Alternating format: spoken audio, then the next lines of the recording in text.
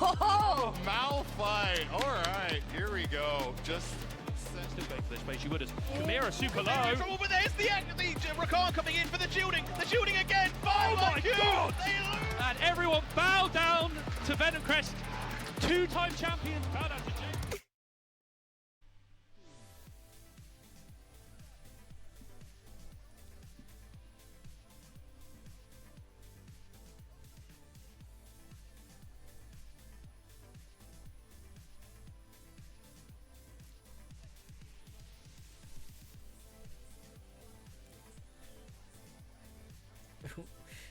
Before the game actually starts, and I wanted to kick off by asking you boys, how are we doing today?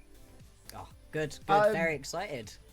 The level of satisfaction of bringing a new person in and having them struggle with the both of us on the same desk. Yep, it's an evil set of names. It's always there's a level of Schadenfreude. I won't lie, but no, you're stuck in here with me.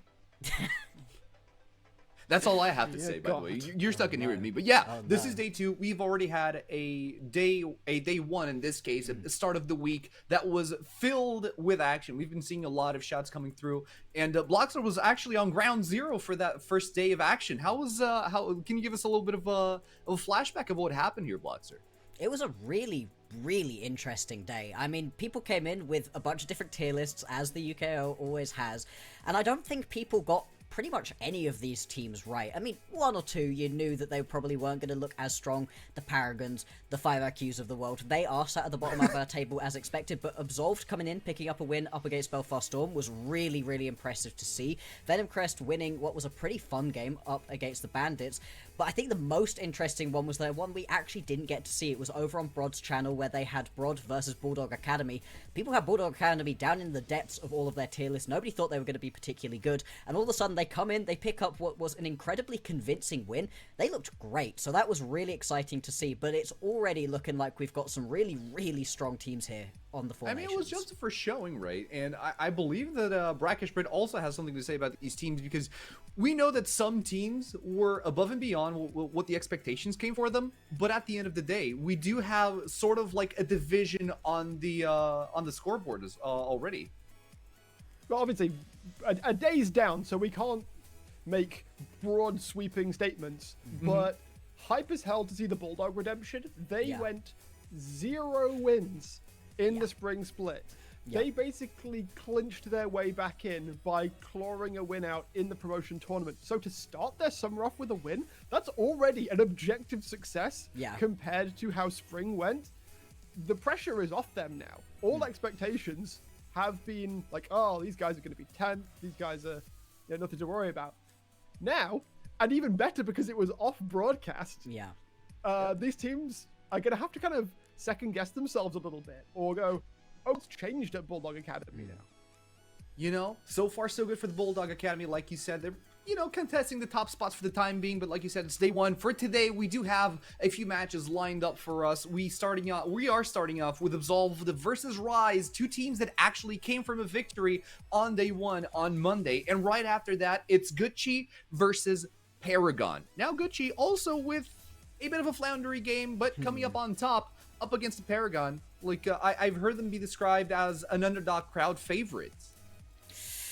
Yeah, people love Paragon for good reason. They should. Paragon are great. Their owner Mac really funny as well. But this currently Paragon roster, people did not have particularly high expectations of it. It is Glopcat from Division 2, just brought in whole up into Division 1. Now, Glopcat did well for themselves during the regular season of Division 2. They kind of fell off during the playoffs. That's why they weren't in our promotion relegation tournament. And we've seen many times that Division 2 teams do really well here in the 4 Nations. So I'm not counting Paragon out, but at least in their first matchup that they had on Monday, it wasn't looking so hot. They're going to need to change a couple of things. They need to come back stronger. Then again, maybe RIZE are just a pretty strong team, and as one of the teams we'll see here today, their matchup here up against Absolved, I think is going to give us a lot on telling us how good RIZE are, and because of that, how good Paragon are. Do we expect an Urgot top again, Rakish? Hope not. Yeah. No, please. We can get into that when we get down to that point, but for now, yeah, it's the litmus test for me of how good is RIZE now that they're up against Absolved, who I think we had fairly high hopes for coming in regardless, and then after taking a win over what was supposed to be, you know, the big money Belfast Storm roster, they take a dub over them, and now, you know, the question mark is arising of just how good are consistently these Four Nations Division 2 teams going to be as they step on up through the promotion tournament. RIZE, of course, their win was against Paragon, so that's why we're not too sure about them yet. Yeah. But also, this is a best of one series so far, right? I mean, it's hard to tell because best of ones have a lot of question marks above them. You know, there's a lot of things that can work that wouldn't work in a series. But let's talk a little bit about on that scenario, because we still have two other matches here today. Later on, we're gonna have Venom Crest versus Int Quick, and then the Bandits versus Rod and Friends. Those are the four matches that we have lined up for today. We're gonna be covering the first two, at least I am. I'm sure you guys have a lot more experience with these teams than I do. I'm gonna just to steal for a second. Steal if Bulldog win another game off stream, I'm gonna riot. I know. Just saying. I know. The fact we missed their first two games is really sad, but at least we get to watch Brod today. Like, everybody loves watching Brod, especially when they lose. Whoa! I mean, there was a little bit of a correction in chat because Broad did lose on Monday. I do. Yeah, against Bulldog Academy, obviously. So I guess you're gonna be happy if you're biased. You're biased. You shouldn't be. Hey, I'm not saying I dislike Brod. I'm saying general people out there, quite like watching Brod lose. Fair enough. On the first game, though, we do have Absolved versus RIZE game. We've talked a little bit about them. Second game, it's Good Chi versus Paragon. Now, Paragon, we already said that they're a team that nobody has a lot of expectations on them, but again, best of one, surprises can happen. Good Chi, let's talk a little bit about them. Good Chi that looked fine, but might have lacked a little bit in the consistency side. Will they find that consistency against Paragon? Yeah, they definitely need to clean things up a little bit. The fact that their game up against 5IQ was as tough as it was for them is worrying to me, right? There's lots to say about this 5IQ roster, but they were so close to throwing away what was a monumental gold lead. They were kind of getting kicked around in a lot of these different lanes with a composition that I overall quite liked for them, other than the Urgot, right? You were talking about the Urgot earlier. It's a loopy special. It's something we see him pick up time and time again. I'm still a little bit suspicious of it. 1 in 6 games, he pops off, he looks amazing on it, he tears people's heads off, and it's awesome. This was not one of those 6 games, this was the other 5, and him not having such a good game, him allowing Kerberos on his signature of the Vayne to pop off, was a big part of why it looked so close versus a team they should comfortably be beating. Wait until they find out about the Urgot jungle tech. I'll give that one for free. No. Oh no. Yes. Oh, no. You'll never look at me the same, I'll tell you that. Next year, Loopy just moves into the jungle for no reason. This was actually used before, okay? It kind of works. It has good clears because of the shotgun knees. So don't disrespect the Urgot, but we do expect to see a lot of Don't changes here. speak to me of the weird tech. Bloxer Yeah. knows well enough the sort of stuff I'm going to pull out in the jungle. Please do tell. I'm interested in your shenanigans. No, Leona. we're not talking about his Leona jungle. Listen, Bloxer, I know you're in the middle, but right now I want to have a conversation with that guy over there. Save me. Let's, rather than terrorizing Max too much, I think I did hear from production that we are ready to see rosters on game 1. All right. So we should probably get onto that. Absolved Thank you. and RIZE. I think I saw there's a little bit of delay in getting started, so we've got a little bit longer to talk about teams. Yeah. So, rosters here for the teams. We already know and love them. We know that there's a couple of teams running subs, and we have seen subs being ran on day 1 with the Fiddles. He might be coming back today, but let's talk about the roster here on Absolved's side. Because we're looking at T-Time, or in this case, Dognappy in the top lane, T-Time jungle, Emil mid lane, Muter in the bot lane with Dakin. I believe I said those right. And what do we have here in terms of... was the sub support that came in. Sub-support, And yeah. really impressed on the Fiddlesticks support. Just taking advantage time and again of gaps in vision to get Chrome Storms to set up for plays. And, I mean, Absolved, they were more than happy to snap up every single opportunity that was served to them, which was a really big factor. Outside, of course, that, you look to the rest of the roster, and it kind of operated as we were going to expect it to. Emil and Muta are really solid carries. They did really solid carry things. And, yeah, half of the course, really, from... I think the Absolved, in terms of play to the actual game that we saw, I think, is the most direct comparison in terms of expectation versus reality. And that's that's saying quite a bit, considering that was our Div 2 team coming in, and nobody got anything that close to correct regarding, our remaining teams. Fair enough. And on the flip side, RIZE are playing with Aniki in the top lane, Tweak in the jungle, Shuame in the mid lane, Sin is as the AD carry, and Jamsu as the support. Now, players to watch here, who do you say the most problematic players for either team would be here? Ooh, I mean, something I'm very interested in for this RIZE squad is how we can see Sin pop off, because Sin has been this sort of player that we've got time and time again. He keeps coming back, and he's always really fun, but I didn't feel like here on the Lucian, he was able to pop off in quite the same way I would otherwise have expected him to be able to. Obviously, they were still able to pick up the win. He was still looking pretty good, but I feel like Sin has that next level that he didn't quite unlock for us in that Monday game, and if they do want to be able to pick up a win here versus Absolved, I think this is going to be a player we're really going to have to be watching. That, and then again, I think we're going to have to be watching what these supports are up to, because Jamsu, a player that loves to get a roam in. Darkin also was roaming around quite a lot, looking really strong. I don't know how much we're actually going to watch these ADCs have their supports in lane, and how much we're actually just going to see them join up with these junglers and get involved on the rest of the map and try to accelerate the pace of the game quite a lot.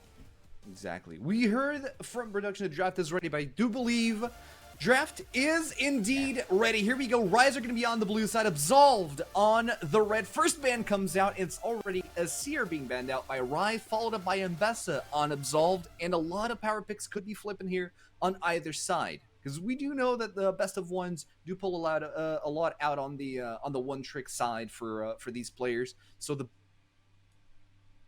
the Hound from Doom, Nefiri, is taken out as well. It's just one of those things that a lot of people really don't like to play against, and I am one of them. Like, fair enough. Right, please just make it so her W doesn't nope towers. Like, it makes diving basically so trivial It's in a It lot of sounds so situations. easy. Like, do we remember when Akali used to be able to nope turrets? Do you remember how quick nerfed that out of the game? Can we get that, please? Yes, I do. I was a part of that nation. Jesus. No. Either way, last ban here on Absolved GG side. Mel is going to be taken out as well. Champion that's been seen mostly as a support. RIZE Gaming first pick hover over Syndra. If this is locked in, it is locked in. It's Syndra first pick here for RIZE. Interesting. It is. Okay. Is one Varus of the is most open, comfortable Rumble is comfort open. things. BB Muffin. Like, Yeah. I feel like BB Muffin's just saying, give me this. I don't think I have a bad matchup for this champion. And considering the Syndra I've seen him play before, I'd believe it. Yeah, I'm not too surprised by seeing them lock that one in first. I am a little bit surprised that Absolved allowed the Varus to go through and that RIZE haven't then looked to snap that one straight up. It's been super strong the entire year, and I was wondering if maybe after all of the patches and all of the changes, we'd come into this third split of the Four Nations and see it not be just the first thing that everybody goes Yes! towards. I can't believe My they boy locked your got champs, buffs. bro. It's No. literally... Oh, so I've got two mains. Ziggs is one of them. The other's Victor. But no. This little guy got some buffs on this most recent patch. It can be flexed into the mid lane. I wouldn't really like to see it alongside a Syndra. I feel like there was a day back when, before Ziggs' auto attack range got nerfed, that he could just nope most lanes. But because his auto range is so much shorter, he, against a Syndra, especially if BB Muffin gets rolling at all, you step up to like auto a minion and you get full comboed. Which doesn't sound great, but in the bot lane, I mean, it doesn't. It's a Ziggs. I want to respect your thing, but it's a Ziggs. At the end of the day, he scales with the items that he's held, and if he's shut down in lane, he might be in trouble here. But also, he just got changed on this patch. Slight nerfs to the early game. That's fine. He was a little bit too oppressive, in my opinion. Buffs to the late. Yeah. If not even that big of a nerf to his early game, like, he's still going to be fine during this early lane. I'm interested to see where it actually ends up going, if this is going to be down into the bottom lane, or if this is going to be in Emil's pocket. I think either so far is going to be fine. You're absolutely fine into the Syndra lane. You have to be a little bit careful to not get caught by a scatter, and you do open yourself up to potential ganks if you do, but otherwise it should be okay. Bot lane is still potentially going to be an option, because RIZE, they've decided not to go towards a bot lane at all so far, and it's just going to be the Gragas to round things out, expecting that to be a Gragas up into the top lane and the Pantheon into the jungle. So far, you've got some decent early game that you can try to play around for Absolved, but you're very much looking to get towards that later game with a little bit more of this scaling. Same sort of thing for RIZE, though. I'm very interested to see the Trundle. I like the Trundle especially picked when you've already taken the Scion for yourself, so there's no chance of the Trundle getting picked into the Scion. Yeah. Also, the Trundle is incredibly good at shutting down early game oriented junglers as well, just because he has so much raw damage plus Prestige attack. That's a lot of burst, a lot of I don't want to fight that thing yet kind of feels coming out of the jungle. You expect to see Trundle against Xin Zhao. Pantheon also works perfectly, and he deals. He's very, very disruptive as well when it comes to solo lanes. Second round of bans coming through. We have a Sivir taken out by Absolved GG, focusing on the AD carry role, considering that RIZE still don't have a marksman ready and waiting on Sin's hands. Lulu is the second ban. We still have something of the likes of Lucian Nami, if you want to be technical here from RIZE Gaming. Yeah. It's possible, but I'm noting, and you mentioned it already, Max, Varus has not seen any priority. Yeah. Crazy. Like, I spoke about it in the beginning. They want to ban it, that's fine. Pick it. No, they don't want to pick it either. If it slips all the way through, I'll be very surprised. Like, if he doesn't have the worst time into Ziggs, I mean, obviously most carries have a fairly miserable early time because you want to step up to a minion. Congrats, you're taking a bomb to the face. But Varus, especially with the poke build, is usually going to be far enough away that if you're landing bouncing bombs onto him, then that Varus is probably doing something very wrong. Yep. Yeah, I do wonder if you might want more survivability, though, potentially. I think something like the Ezreal could also be pretty interesting, especially when you've got yourself, as you said, the Ziggs. You could sit quite far back in that lane. You could also get away from any time a Gragas barrel comes at your face or the Pantheon is just jumping you. That could be another potential option they're looking towards. I like the Alistar locked in. I mean, the front line so far from RIZE is incredibly strong. They might run out of damage, though. They're going to need something that pumps out a lot of damage right here out of Sin. Now, you expect to see maybe a Jhin with this Alistar, but go on. I don't think Jin's high enough damage. No, I think you'd for run it. out. You don't? It's quite likely. I like the up on the Absolved side. I like Gibbles getting his Rel. I think that's a nice pickup. And the Kai'Sa, it's got the potential, as you say, of running out of damage in a really protracted fight.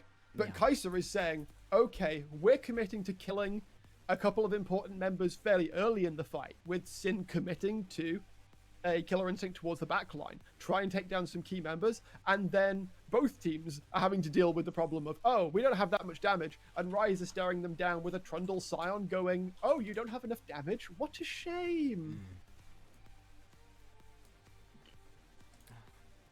I'm gonna watch a Smolder again. I cannot believe we have to watch a Smolder again.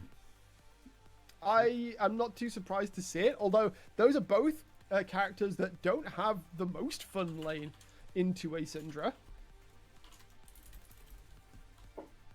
Hang on a sec, we've lost AC. It's fine, he's staring blankly off. He shares your opinion, I think is safe to say, on the Smolder, perhaps. I promise I'm still here, and I don't know if I'm on VMix. That's fair, we'll keep talking. All good, all good. Chill in the void. The thing with the Smolder here is that I don't disagree that it's good, right? Like, I quite like it. I think it gives you what is a pretty nice, smooth curve through the game, in that you've got some nice early game with the Pantheon, and then you begin to get online mid-game with a couple of your other carries, and then the Smolder takes you through the late game. It's just, you do need to get it into a decent spot early on, and between the Kai'Sa and the Alistar, they can be very strong to just bully this Smolder around and not allow him to just have the early game lane as he would want to. Definitely. And the question is, I don't know if the disruption from the side of RIZE is going to be strong enough to fully push these carries off their game. Yeah, Hi, fully. AC. Welcome back. Thank you for welcoming me back. Now, I just wanted to throw a spanner in the works here, because I'm looking at Absolved's composition, and I see a lot of flexibility. We don't have. Do we have a confirmation where the assigned roles could be? Because I could definitely see a Gragas mid with a Smolder top. That's annoying. You're just Gragas is mid, Smolder's idiot. Ah, wait, Ziggs is top. I don't think so. Right, okay, darn. Okay, so I was going to it's say, like, standard. Zig's top sounds like the one thing that would have been bad, like actively bad in this situation. Sion, you're never really going to poke him out, or if you are, he just comes back and goes, all right, cool, I'm going to keep stacking health until you're completely irrelevant to me. Yeah. Fair enough. So it is going to be standard all around. Gragas is going to be a problem for this Sion across the game because he's not going to be, unless he starts, or until he starts building a lot of HP. Sion is going to have a tough time, especially with Pantheon as well lurking. We have to see where the pathings could lead the junglers if they start symmetrically in the bot side, move towards top. Who would you say is going to be the weak side here for these individual teams? I feel like you don't want to play towards top side. Yeah. Like, Gragas Sion? Like, Ignore do it. we really care about putting early priority up there? I would Ignore much it. rather see, you know, if Tweak can get in, make life difficult for the Absolved bot lane, then we are, like, that is a great start. Like, Absolutely. regardless of whether it's Smolder or Ziggs in the bot lane, putting them behind a little bit, putting Sin on good footing, is a really great way to start claiming early objectives, trying to, you know, really start stacking advantages before their scaling comes online.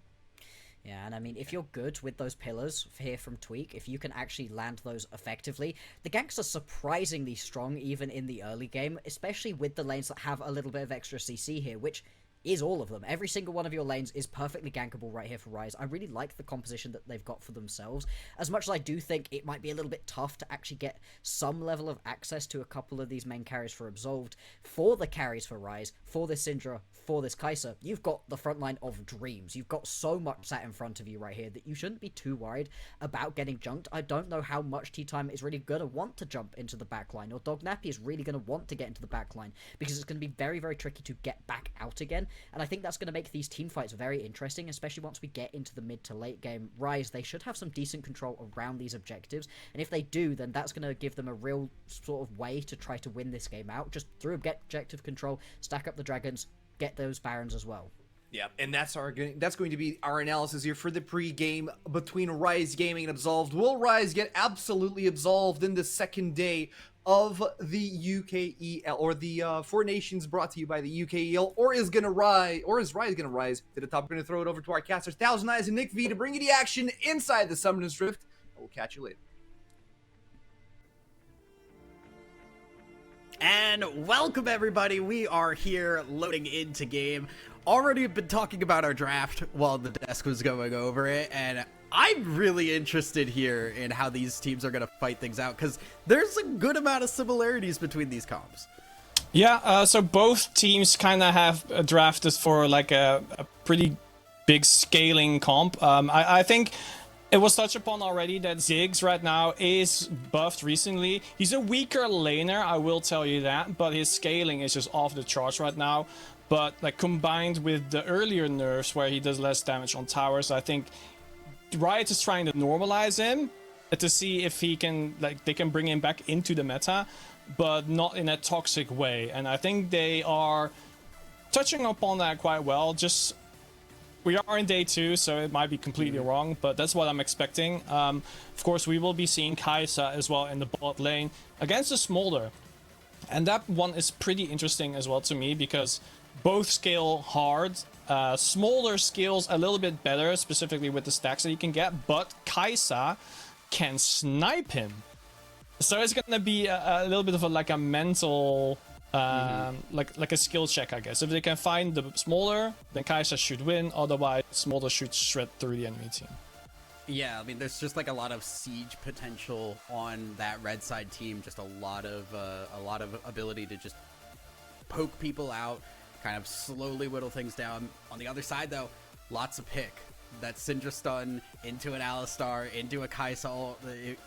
While there is like fear of how do they handle their opponents, like the game plan here from RIZE are very, very good. Yeah. I think RIZE kind of they cooked with the Trundle. Like they saw the Pantheon, they said, okay, let's give me Trundle. He's great into melee comps, and there's 3 of them in the enemy team. So it's going to be an interesting one. I've been saying that word quite a lot. Pantheon, of course. I think is going to be the key factor to catch this Kai'Sa out and take Sin down before he can really do the damage into the back line of Absolved. But it's going to be a very big task to do so. Since you have Trundle Pillar, since you have Sion as a meat shield, and of course Alistar with the CC as well.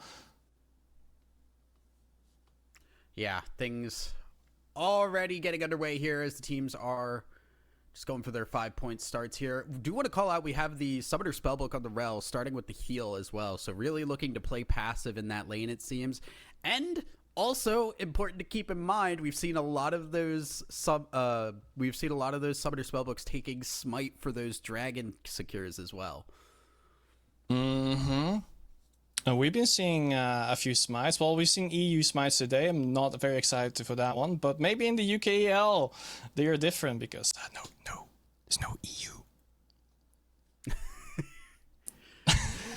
Yeah, the teams now just starting to move into their lanes. I honestly really do want to keep an eye on these junglers because we're looking at two really strong early game junglers in the Pantheon and the Trundle Tweak.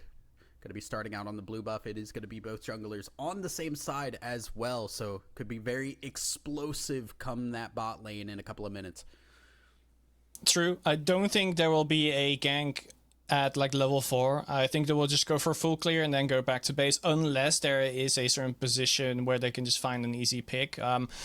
Top lane, there's 2 neutralizers. You kind of want them to just leave themselves on the island. As for mid, Ziggs has an escape and Syndra has self-peel. It does mean that I think Pantheon has a major advantage regarding the jungle matchup in the mid lane, because first gank, you can still get Syndra's flash out, and then you can go for a regank and kill her. Ziggs, on the other hand, he has an escape tool, and he has flash, so it's going to be a bit more difficult for that. As well as, you know, Pantheon stuns, and Trundle can only really use the pillar for slow, so... Yeah. I really need T-time to pull up in the early game. Exactly, yeah. Be able to get in range here. Tweak going to invade here, but is spotted out on a ward. Does have that extra help there. Oh, wait, there's a gank in the mid lane, forcing the flash early here from BB Muffin. Will get back into the jungle towards the Trundle. T-time. Checking that bush to see if there's anybody nearby. Tweak gonna run into him though, and they're gonna go in for the fight here. There's no mana on that Ziggs, and T-time doesn't have an easy way out of this. Can't flash, and BB Muffin with the first blood. And they even saw that Tweak was there. T-time still took the risk to go for that fight. Don't think he knew that Ziggs was out of mana, so a minor mistake, but it did cost him a first blood. Yeah, just unfortunately going a little bit too deep there without that knowledge. It also just, you have to question it a little bit. You knew, oh my god, we have the Ignite, the barrier used as well there on the bot side here. Heal from Dokken as well. So that defensive-ness there already having to bear its fangs because this Kai'Sa and Alistar are playing aggressive. Yeah, with Kai'Sa, you only really need to get those 5 stacks, including the W. You kind of have to hit them 4 times for it to be like major damage onto Smolder. And without that flash, Smolder is like a sitting duck. Speaking of sitting ducks. Ooh. Now we see T-time again caught out. This is the same place we saw T-time die already, and it's another kill. Tweak grabbing it this time, and it is not what you want to see from that Pantheon early. Definitely not. I was looking for T-time to pull up in the early game, but it's the opposite way. Alistar looking for a gang angle, but nah, it's just not gonna happen. They just want to push up, get some more vision in the bot side. They're thinking about it here. There is no summoner spells for that Smolder. Muter gonna flash away, does get a little bit of extra time, will trade 1 for 1, but it is a kill on Dokken there, not the Smolder specifically. So that is still a gold advantage in the right spot here. Emil in the mid lane, just gonna throw the Q. 1v1. The Ziggs just runs down the Syndra. Yeah, I said he's a weaker laner, but I never said he's a weak laner. Okay, so another flash happening in the bot lane. Specifically, what I really liked is they killed the Smolder, and it doesn't really matter where the kill goes to because you deny him XP and you deny him farm, and that's gonna matter a lot. Exactly, that as well. That's even more important. Yeah, the more opportunity to deny stacks on this Smolder, the more opportunity that you have to get things going in your game before he hits that smolding point and starts smolding. Starts smolding. Smolding, Yeah. malding. Well, I don't think he gets mad. Tea time? I've never seen him mad. Tea time now, looking for the gank in the mid lane. Flashes. Ah. The stun doesn't hit. And unfortunately, that is just that- BB Muffin walking out. I don't know what happened there. Is that not Riot? Is that not point and click CC? I thought it was. Last night, look, I play Pantheon. Last I checked, that is point and click CC. Was he? No, he was not interrupted by the week, right? There was no interruption. Not that we saw. Maybe. I mean, it did. The jump definitely went off because you saw the 3 autos, but I do not know what happened there. I could not tell you. Wait, did it? Yeah, no, it did. The 3 autos happened. So the stun casted. So now Tea-Time is going to get spotted out here again on the bot side. River engage from Jamsu will start the fight off, and Tea-Time again just does not have a way out. It is going to be a 0-3 Pantheon. Sin now picking up a little bit of extra gold. Yeah, nice stuff here again. Gold to RIZE Gaming, and we were wondering, like, is Absolved really that team that is just gonna hop into the 4 nations and just beat every team? No, RIZE Gaming showing that at least through the early game, they are the winners here. Absolutely. It is domination so far here. It's domination entirely like through the jungle as well, as now we're looking for another fight on the bot side. Dokken gonna use the W to get back under tower. Or they're still gonna go for it. Stun is gonna put Jamsu low, and that's actually a kill going the other way. Dokken should be able to survive. The ignite does not tick down, and that's a kill for the Smolder. All right, a kill on each laner. Solo lane, I want to say, the carries, but Anarchy, I don't think you get caught, right? Anarchy. Well, we got the ability to run away, screaming cowards. We should be good here. Yeah, he doesn't have flash. Ult Or can't is block it. ready. Okay, this time. We'll just ult away. Yep. Okay, this time the stun was not cancelled.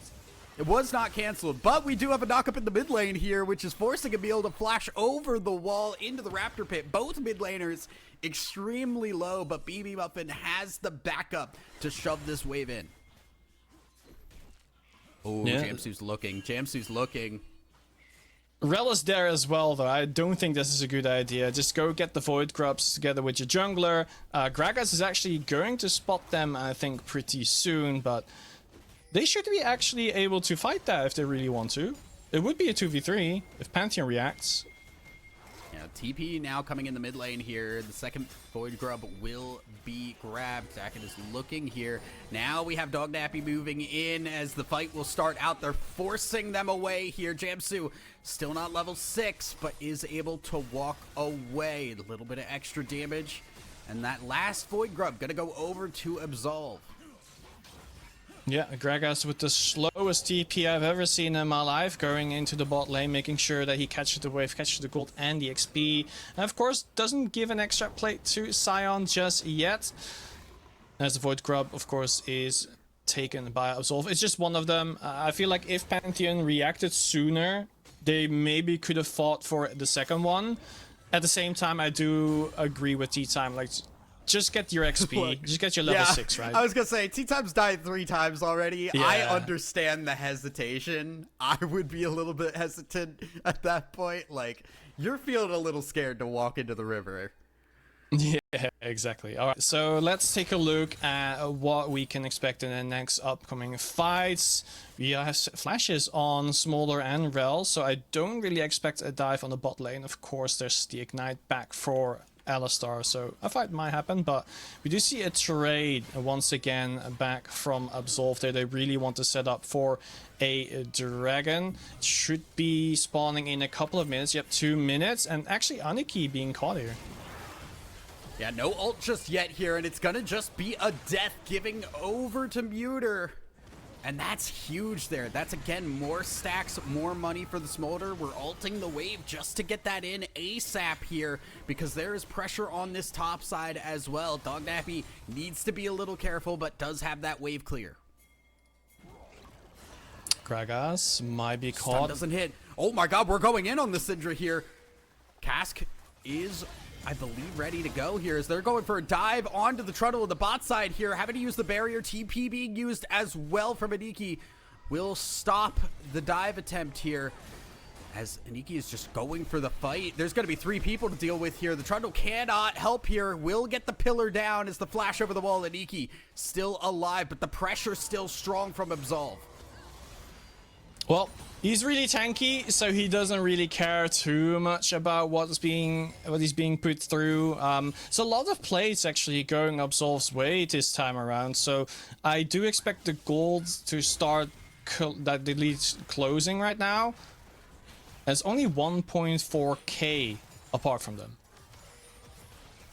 Yeah, it is now getting a little bit close for comfort here. What started off with such a beautiful game here for RIZE, they've now given a little bit back. And specifically, they've given it to, I think, the one character they really did not want to give it to is the problem. Yeah, that's exactly right. All right, Ziggs getting the Blackfire Torch as well. It does mean that he's about tied with Syndra. Of course, there's the Sork boots over the normal boots for Ziggs as well. But Syndra, at the same time, is maybe starting to stack the item just a little bit. Sound interrupted once again with the phase rush out. It does mean that right now, we're going to see a proxy Gragas. Yeah, and I mean, hey, it's 2 big dudes that are just going to be smacking each other. Nothing is happening here. Like, there is nothing to compensate. Meanwhile, in the mid lane, though, we do have Emil flashing under tower, but the Syndra ult has already started, and it will follow through. Emil is dead. Now tea time again. Feeling the pain, has to flash stun to get out of dodge and stay alive, but it is a jungler now backing away as the dragon is spawning. I feel like that flash might have not really been worth it. I think he could have gotten out by just walking there. Yeah, now we do see, though, Daka getting caught out, trying to check here for the dragon, and that will confirm a second dragon given over to RIZE as they're getting this top lane turret as well. This is the first turret going down. True, top lane and the Drake at the same time being captured. That's a very good lead for RIZE right now, walking into a potential death rush, but now Alistar is a little bit too tanky for that. Didn't even pop his ult. If he uses his ultimate, he wouldn't even like scratch him. Also the support item coming in clutch there. The Bulwark is stopping a lot of damage there. Well, now just back, and now RIZE feeling like they're back in control. They're in the driver's seat again. All right, Kraken Slayer being picked up for Kai'Sa. It does mean that she can shred through the tankier members as she should. Both teams really are playing a front-to-back team comp, so you gotta just go through the tanks first. Smolder, though, might be skipping that. Uter in a little bit of trouble, but will just E away. Has the help of the Rel if things get a little hairy. Right now, we're kind of in that lull state right now. We're waiting for the scaling to hit. We're past the point of that early game where the Trundle's really big, although we do have a fight breaking out here, and it is a messy one. Sin caught in the river, but who is caught really? It is not Emil. Getting hit by that E from the Syndra will back away. Ult's used, but nothing really happens here. No deaths. If we get a replay, let's count how many skill shots were missed, because I feel like every single one of them just went stray. I wasn't going to say it. I am. I'm the colorcaster. I'm supposed to analyze that stuff. I think the biggest takeaway from that is that it was probably positive for both teams to miss all of that. Specifically for Sin, because otherwise he would have been in a pretty bad position. But also, you don't want to engage in that position when both teams were like so far apart. But Sion. Sion again, no ult to get out of this one, no flash either, and this could be another little bag of money in the Smolder pocket. They will give it away, and Bronx now really, really happy. Yeah, teleport being spent because the RIZE game was definitely looking for a cross-map play. Syndra, of course, is pushing the bot lane, but is going back. She expects some backup to clear that wave very fast. And of course, she gets her item as well. She has the boots now.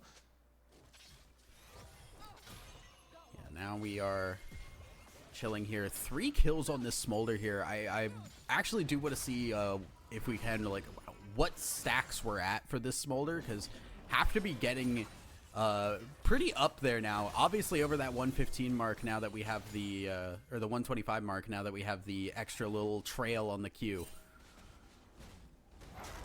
Yeah. The Rift Heralds potentially being the next target for RIZE Gaming. Absolved isn't really in position, but at the same time, RIZE Gaming doesn't have the vision that they're creating exactly that. All they really need to do, as Sin knows, is push the mid wave and then go for your roams. T-Time looking for something. Yeah, T-Time is looking for something here, but more importantly, Rift Herald being started up by RIZE on the top side because of the pressure being bought. Absolved not in the right place for this, already halfway down. T-Time's not even caring. He's just saying, give it up. It does not matter. We do not have the numbers for this fight. And they will give that Rift Herald over to RIZE, who have already taken a lot of towers. Yeah, but he was seen though, so in the jungle you do see a fight between Pantheon and Sion happening right now. Mid lane was never going to be a proper fight underneath the turret. I was gonna say, like, if Absolved is smart, they make as much vision on the map as they can. They didn't yet though, and the Drake is going to spawn within a minute. If you need to buy items, you go back now, you buy them, you start creating vision to potentially get that Drake. If you don't, RIZE Gaming will be on soul point, and I do feel like that will be fought over. That is a very scary proposition right now, because RIZE already feeling pretty solid in this game at the moment. No, we might see a dive onto BB Muffin. Flash Q. There's the Pantheon ult as well. They're just fully going for BB Muffin on very low HP. Gragasol takes a back under tower. They will get the kill, but they've lost a lot of HP. The Sion TP shows up, but that is still a Sion. He's not doing a lot of damage. T-Time doesn't die to the tower, and the Gragasol get over the wall. It was a little messy, but Absolved made it work. Yeah, Absolved definitely made it work. At least they got a kill. Maybe RIZE Gaming is looking for one as well. Oh, Muter in trouble. They got the W from the Kaisa. Sin able to grab that kill, and they'll get this tower as well. Beautiful response from RIZE. Yeah, and not just the tower, they're immediately looking for that dragon as well. Tweak, yes, is low, will simply will lifesteal off of it. So taking a tower, taking a kill, and the Drake, all is being taken for RIZE Gaming. They are looking very, very good here. Yeah, it like every time Absolved gets some kind of win for themselves, there is just a response somewhere else on the map from RIZE. Like, we've seen the Sion get caught out a couple of times. We've seen a couple of good dives, and it's just like, all right, let's go to the mid lane. Smolders alone, no rel, just run them down. Yeah, I mean, that's kind of what you want to do. Like, people have looked at Bowsy for so long, where his gameplay just works, where he just goes alone in the side lane and then pulls the attention from literally everyone in the other team. Then he might die, he might escape, but at least his team makes a cross-map play, and that's exactly what RIZE Gaming is doing right now. It's just an optimal use of the Sion. Absolutely. Here we're seeing Muter still continue to clear waves. 167 stacks right now on that Smolder, so still building up to that truly scary point. Kaisa, on the other hand, has 2 items in a very solid spot. At the same time, Syndra, Cosmic Drive. Syndra, flash forward from Emil. I'm not sure where the Ziggs was going, but now will be going into the grave, as there is the Rel to show up, but this is just a Rel alone for right now. Pantheon on the way down. T-Time looking to get in. W from the Rel. The E away stops the stun, and BB Muffin is going to get out alive. The self-peel from Syndra just works out, and again, RIZE Gaming making a cross-map player. Smolder trying to catch the wave, but Mama's not strong enough to even take down minions at this point. Oh, it is looking rough, and that's more money in the bank for RIZE. up about 6k. 3 dragons. They've got the extra boots here as well. It is looking all RIZE at the moment. Yeah, with a 6k gold advantage. I would say most of the gold right now is on the Kai'Sa and the Trundle. I feel like they've been doing the most in this game as well. Working together really well, I will say. Specifically, like for a team that is quite new, of course. I do believe that Trizzy was usually the jungler on RIZE Gaming, but right now, Tweak is popping off. Tweak is going crazy this game. Otacon has spawned. We see the supports running into each other. They will just pop each other's support items, as we do see again the self-peel. Really big here to stop this Pantheon from engaging. Can't get onto BB Muffin, and that Pantheon all used for nothing. Yeah, top map is creating a lot of pressure in favor of RIZE Gaming, so I wonder if they're going to start the Otacon. Well, not yet, because those minions in the bot lane are going to create vision for Absolved, and of course they are in position to go for a fight. They will start it right now, because they do know they have the advantage literally everywhere on the map, so this one should be free. Completely uncontested. Smolder at the same time is looking for a play on the Scion though. Wants to get up here. Again, more money in the Smolder Bank would be great, but there is still that Scion ult flash to stop it here, as Aniki might be in a little bit of trouble. Good flash to get on the other side of the Gragas ult, and it will just propel him to safety. Scion out is exactly what we've been talking about. They create pressure on the other side of the map, and then you either get them or you don't. It doesn't matter, because RIZE Gaming is getting something on the opposite side of the map. I mean, Bronze knew that they were never going to contest the Otacon, but losing out on a kill in the top side is even worse. Absolutely. It is still, though, just a little bit longer until Muter gets to that breaking point here where the execute will be online for the Smolder. Right now, this dragon, though, spawning in a minute, and the trap has been set here. Gonna see a little bit of damage thrown out. They know there is something to be scared of in these bushes. Well, I feel like there was no real reason for RIZE Gaming to head into that side of the jungle. Like, it's a risk you don't really need to take. You only need to get vision in that brush where Tweak just placed one, and that means you covered every single entrance toward the Drake. Out of vision, though, they are looking to create a push in the mid wave, and then they will rotate to Drake. So someone has to go and catch the wave in the mid lane. Scion, though, will you get out this time? I don't think so. Ooh, yeah, just gonna ult in here and try and buy time, because the dragon will be spawning here. The longer Aniki stays alive, the better it is for RIZE to get that dragon soul, and Aniki's doing a great job of it right now. They will give that kill over to Muter, but now look, Syndra has shown up, and it's just a 1-for-1. It's a 1-for-1, and the Drake is being taken by RIZE Gaming as well. T-Time's going in. Just way too early, and the Pantheon will just fall. Everything going wrong for Absolved here. Ziggs, you kind of need the third item to really be effective on this map right now. Nice try, though. I mean, we've seen at a certain tournament today where Orianna QW'd a Baron and stole it in the face of a Saya Feathers and a Smite from a jungle. So, in that sense, you can always try, but the Four Nations have better smites. It is very difficult now for Absolved to get back into this game. They are 8k down, a soul down, Otacon down, Grubs in favor of RIZE. There is just not anything that Absolved have been able to definitively get for themselves outside of some money on this dragon. Yeah, with Syndra going for the Zhonya's, you can't dive her anymore either. Whereas Ziggs still has to get that AP on his side. Like, I don't know if this is the optimal build for the new Ziggs, because the scaling is so much better. Tweaking a little bit too much, maybe. Yeah, maybe getting a little too far in, although Dakin is going to ult in. Magnet Storm flashes back to the team. No, there's a lot of damage going down, and that is 2 kills, 3 going in favor of Absolved, and they find the pick they needed.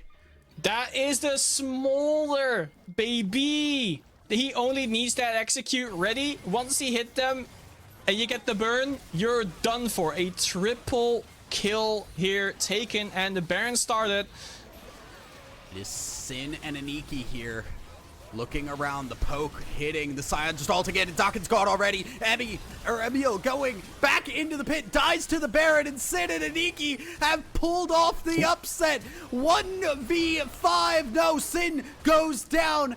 Muter still up, trying to hit this Scion, but on single-digit HP. Dognav needs the stun. There's the Q. Have to back away. Can Muter walk away from the Scion? The damage from the Sunfire procs the Infernal Soul, and now they can't even get the Baron.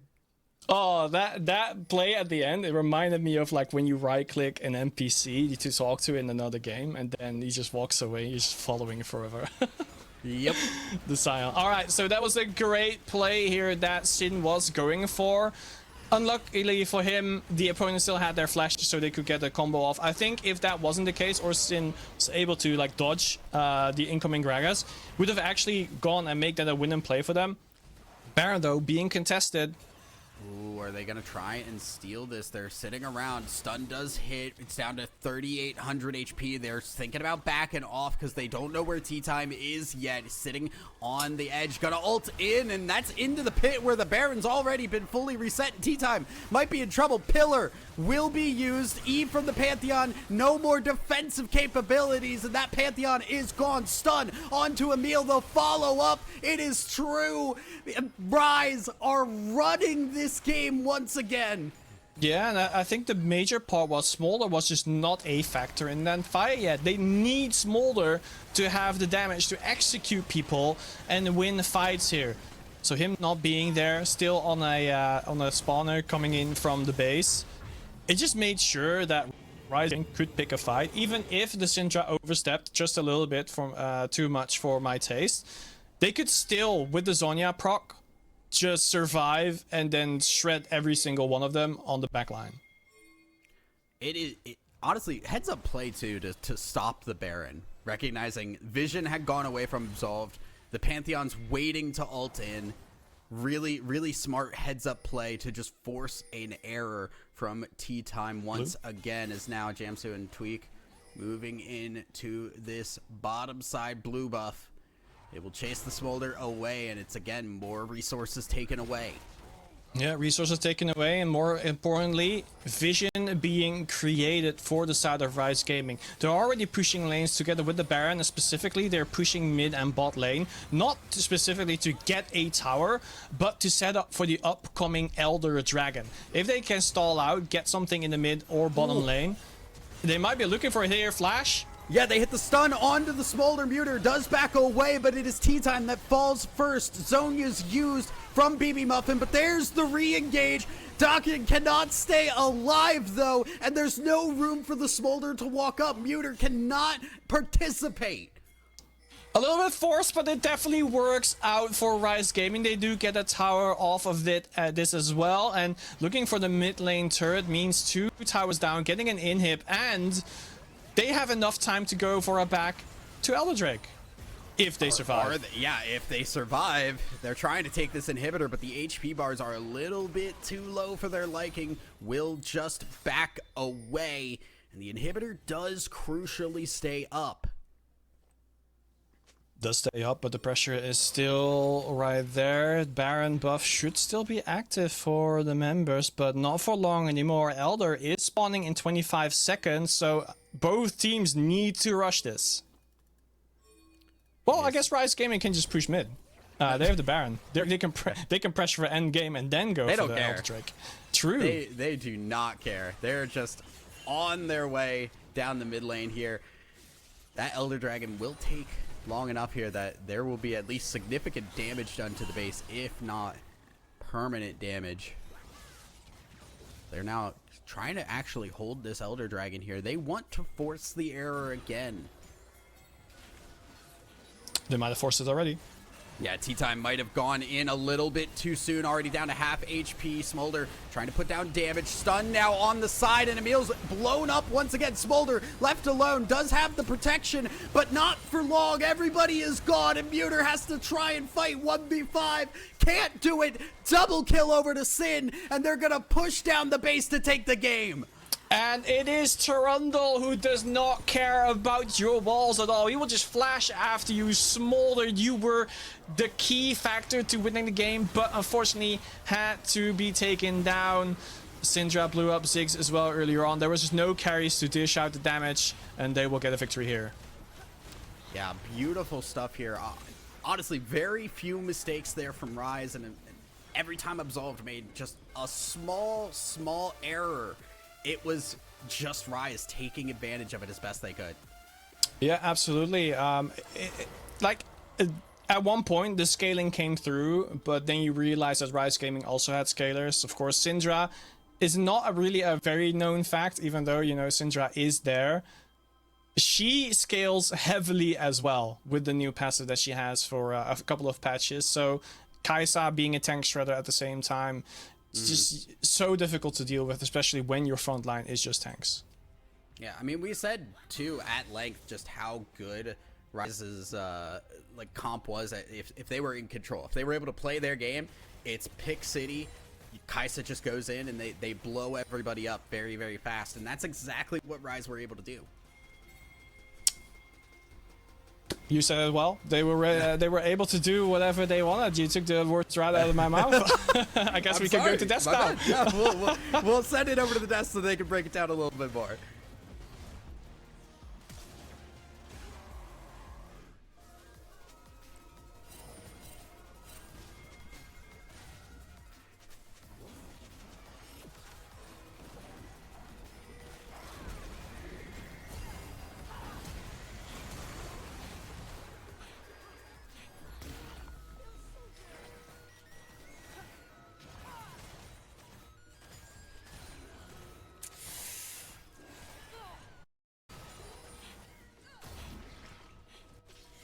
Unfortunately, I think it was Absolved that just felt like they never got their feet underneath them. I think specifically, you give Tea Time a very early game focused champion in the Pantheon, and then you just don't get anything going. And you can't do that, unfortunately. Once you have the Pantheon locked in, you really need to, especially when you've got yourself a Smolder or a Ziggs, a Gragas, right? These champions, they get really strong in the mid to late game, but need a bridge to be able to get there. That's you as the Pantheon, and unfortunately, because Tea Time wasn't having the best game, it just fell apart very, very quickly. Part of it, though, I think, as much as we can put some blame over onto the side of Absolved, is the fact that RIZE were looking great, and specifically, that lane matchup, Tweak, he was absolutely rolling that game.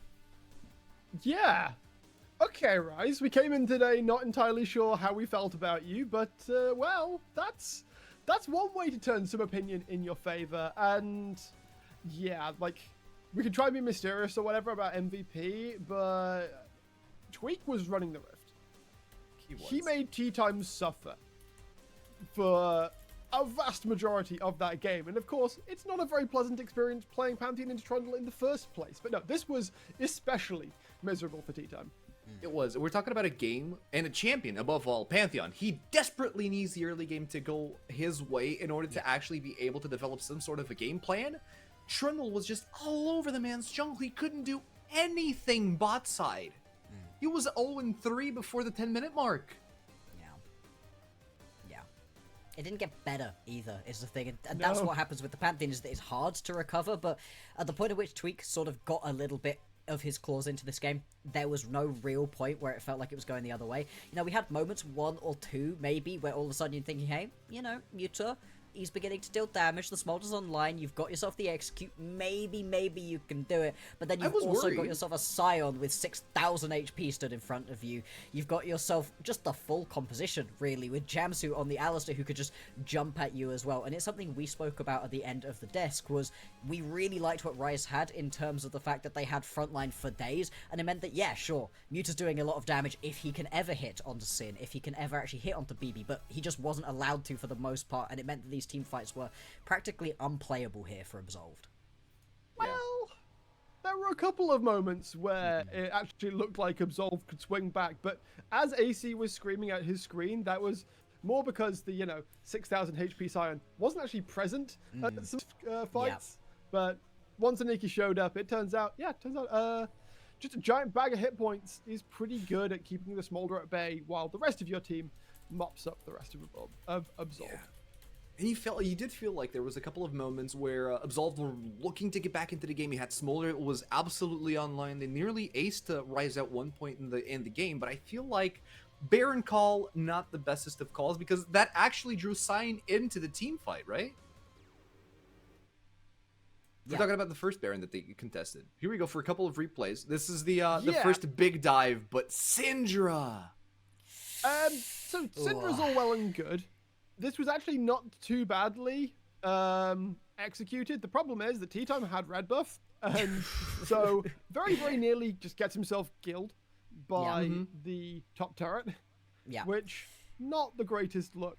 Overall, though, a decently executed dive, but the thing that kind of happened for Absolved is, they had a couple of good plays, but they're never able to convert it into something more, which is something that you absolutely could not say was the case for RIZE. Tweak walks up onto mid lane, pops the pillar down on top of Muta, and immediately Sin follows up with the Killer Instinct. Down goes the Smolder, in comes Shelly, and that's a mid one to boot.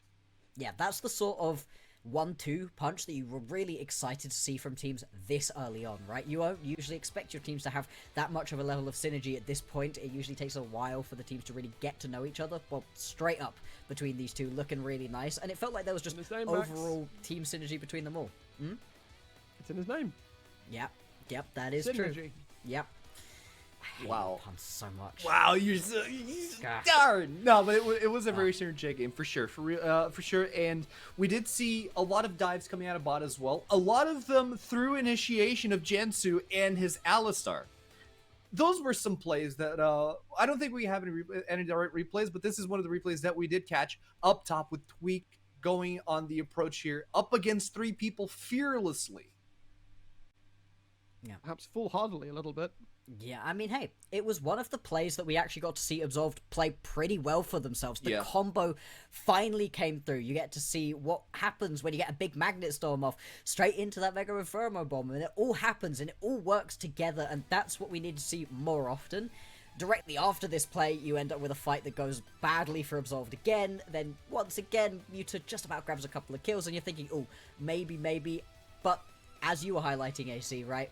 These were all fights happening when the Scion wasn't properly there. The second that 6,000 points of HP walked into any of these team fights, it was just done for. It was a really nice composition that I liked very much out of RIZE, and I think teams going forward are going to have to be pretty careful about giving this many tanky options over to them, because they clearly know how to make this kind of team composition work. Exactly. And also having the answers for the tanks, that's also important. But I feel like from that last fight that we just saw,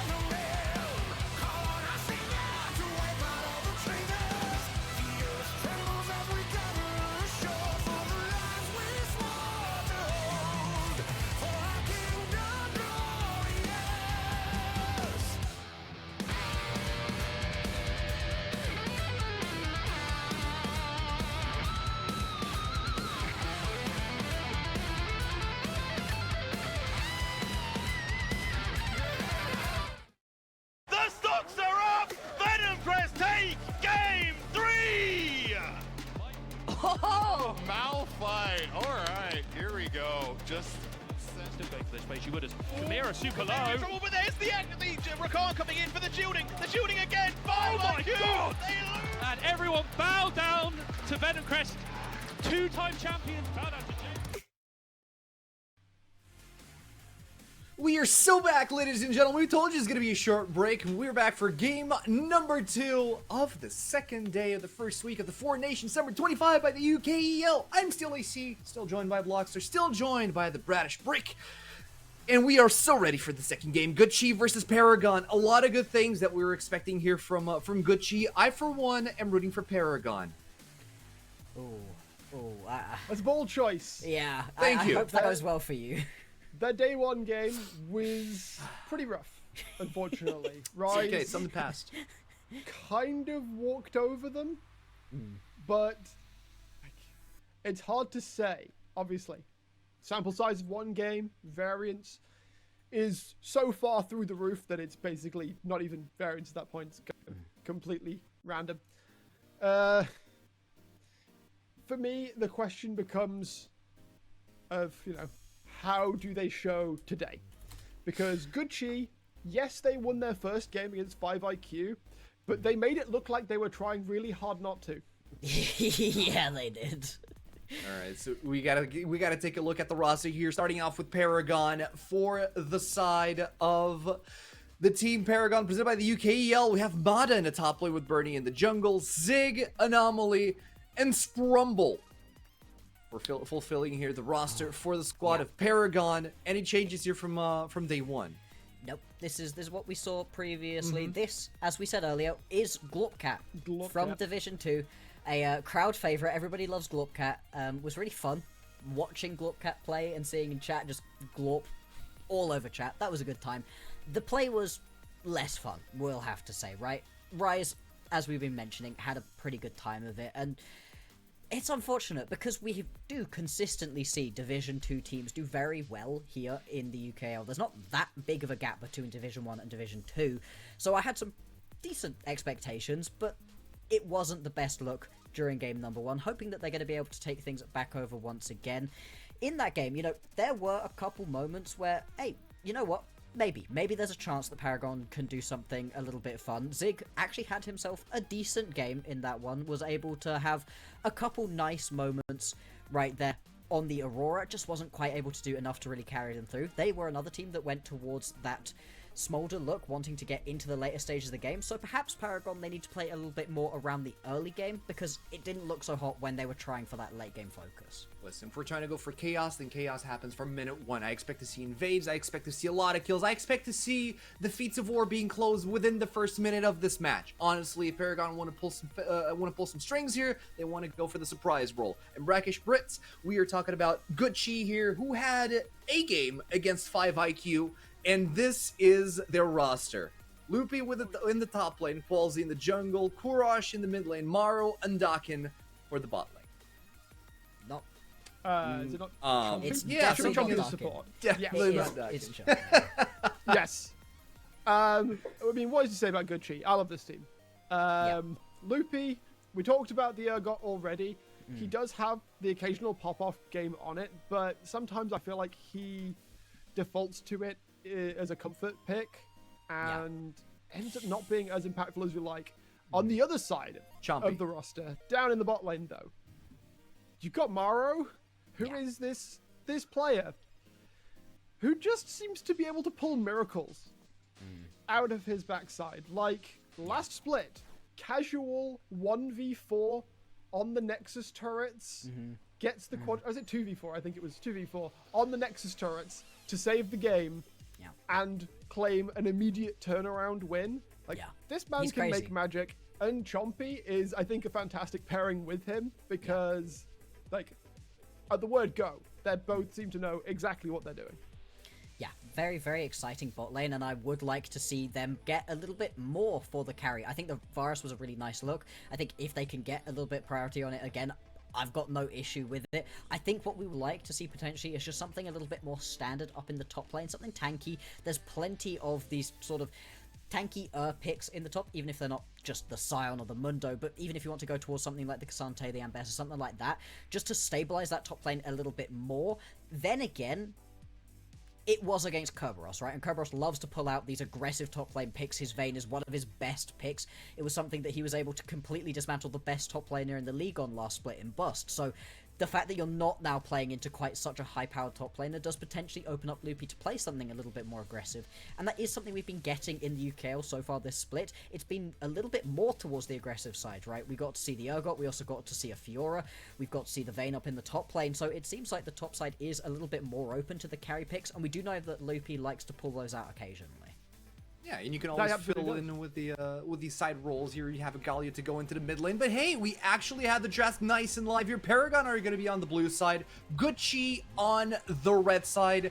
The bans have already gone through, and the first pick for the Paragon side is going to be the Azir for the mid lane.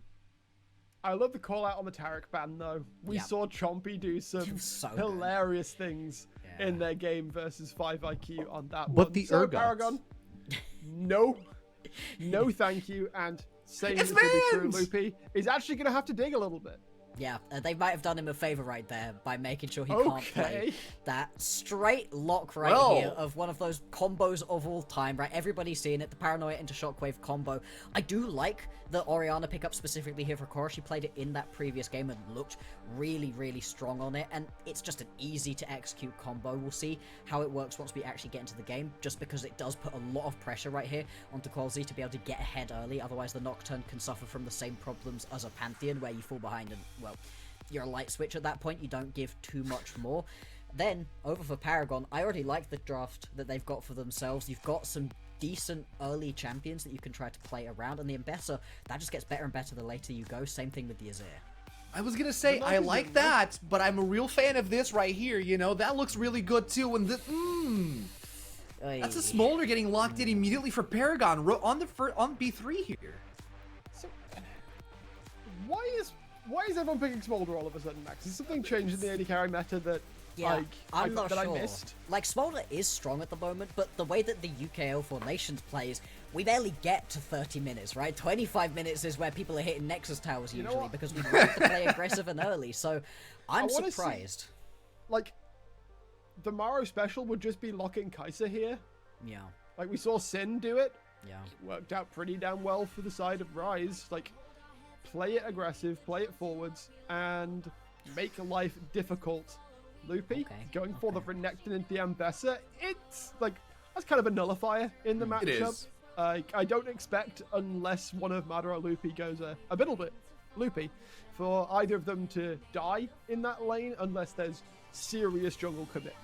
Now, this is a hyper-aggressive top lane. It's a contrast from what we saw on the earlier matchup between Absolved and RIZE, because that was a very tanky top lane. This time you have two hyper-aggressive top laners.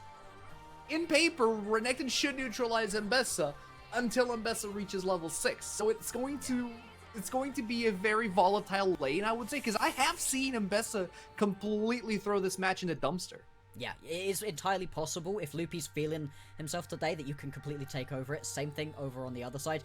It is pretty skill-based as much as the Renekton is going to be decent. Something that worries me a little bit going forwards is the fact that having a Renekton, as soon as you have that dominance available to you, it kind of has a bit of a stop focus here for Zig, where you all of a sudden don't want to hit that massive Emperor's Divide that shoves everybody into the backline, because, well, that's the backline access that the Renekton was looking for anyway, and I think the Renekton and the Nocturne both work really well together alongside the Orianna, because that's multiple ball delivery systems into that backline, and this is just another bit of threat right here where you're looking at Anomaly and going, okay, you're going to have to play this one very, very carefully, and I would like for Paragon to see a few more champions that just give you that little bit of extra protection for this Smolder. They're going to really need it.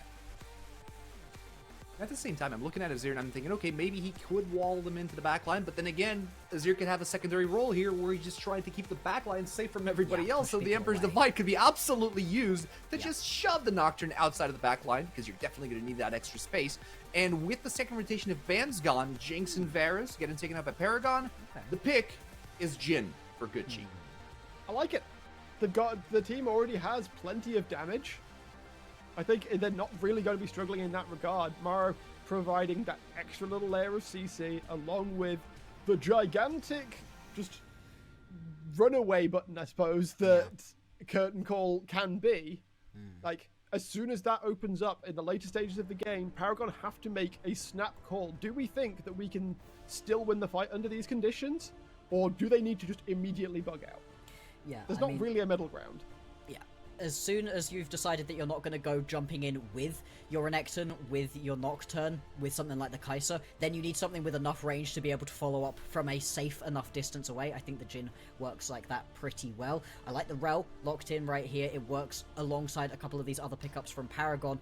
The Lilia, though, I think is very, very interesting. It's going to need to have a chill enough early game, because something that the Lilia wants to do is just kind of sit there and farm, whereas the Nocturne is going to be wanting to gank a lot, especially once you hit that level 6, and you aren't necessarily going to have that same level of counter gank that can really disrupt what a Nocturne's looking to do. Lilia is a very, very dangerous pick here. On these high-tempo jungle-based early games, having a Lilia here wanting to chill is going to sacrifice a little bit of your earlier soul lanes, especially when you already have such a passive lane in the mid lane when you have an Azir versus an Orianna, not two champions that are really like fight focused before level 6, before the couple of items smash into their inventories. So I'm curious to see how this Lilia could interact with the top mid synergy.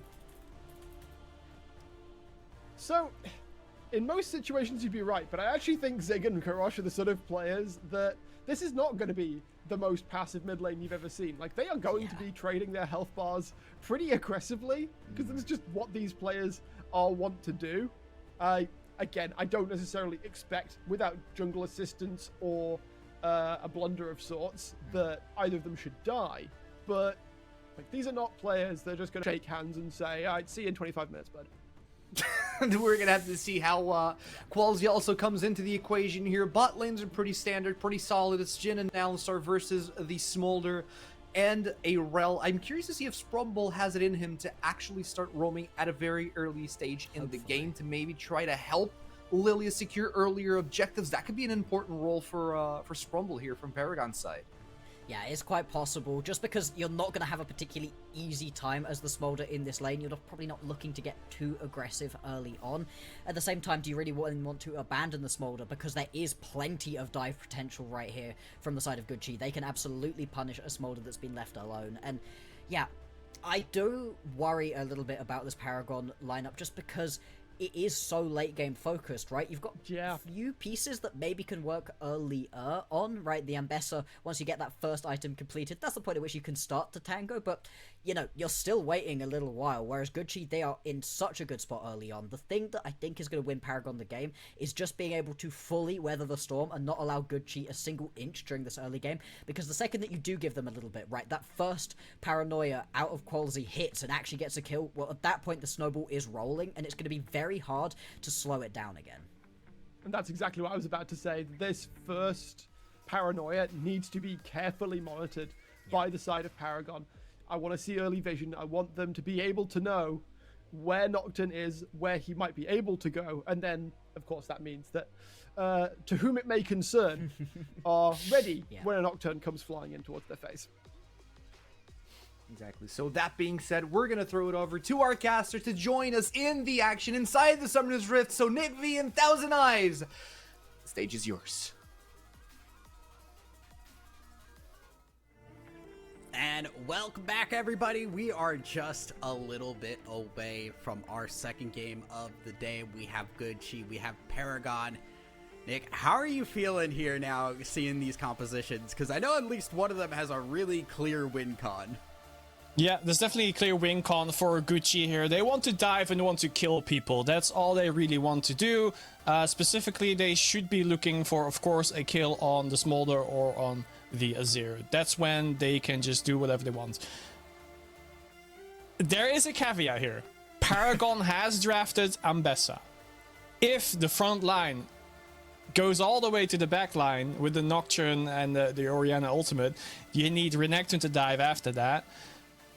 Only Alistar can really keep Ambessa away. He has a CC for it, but Ambessa has all the dashes that she really wants to get to the Jhin regardless. And Jhin has no self-peel and no ways of movement. No blinks, no dashes, nothing of that sort. So a lot of pressure is being put onto Mada here in the top lane for Paragon.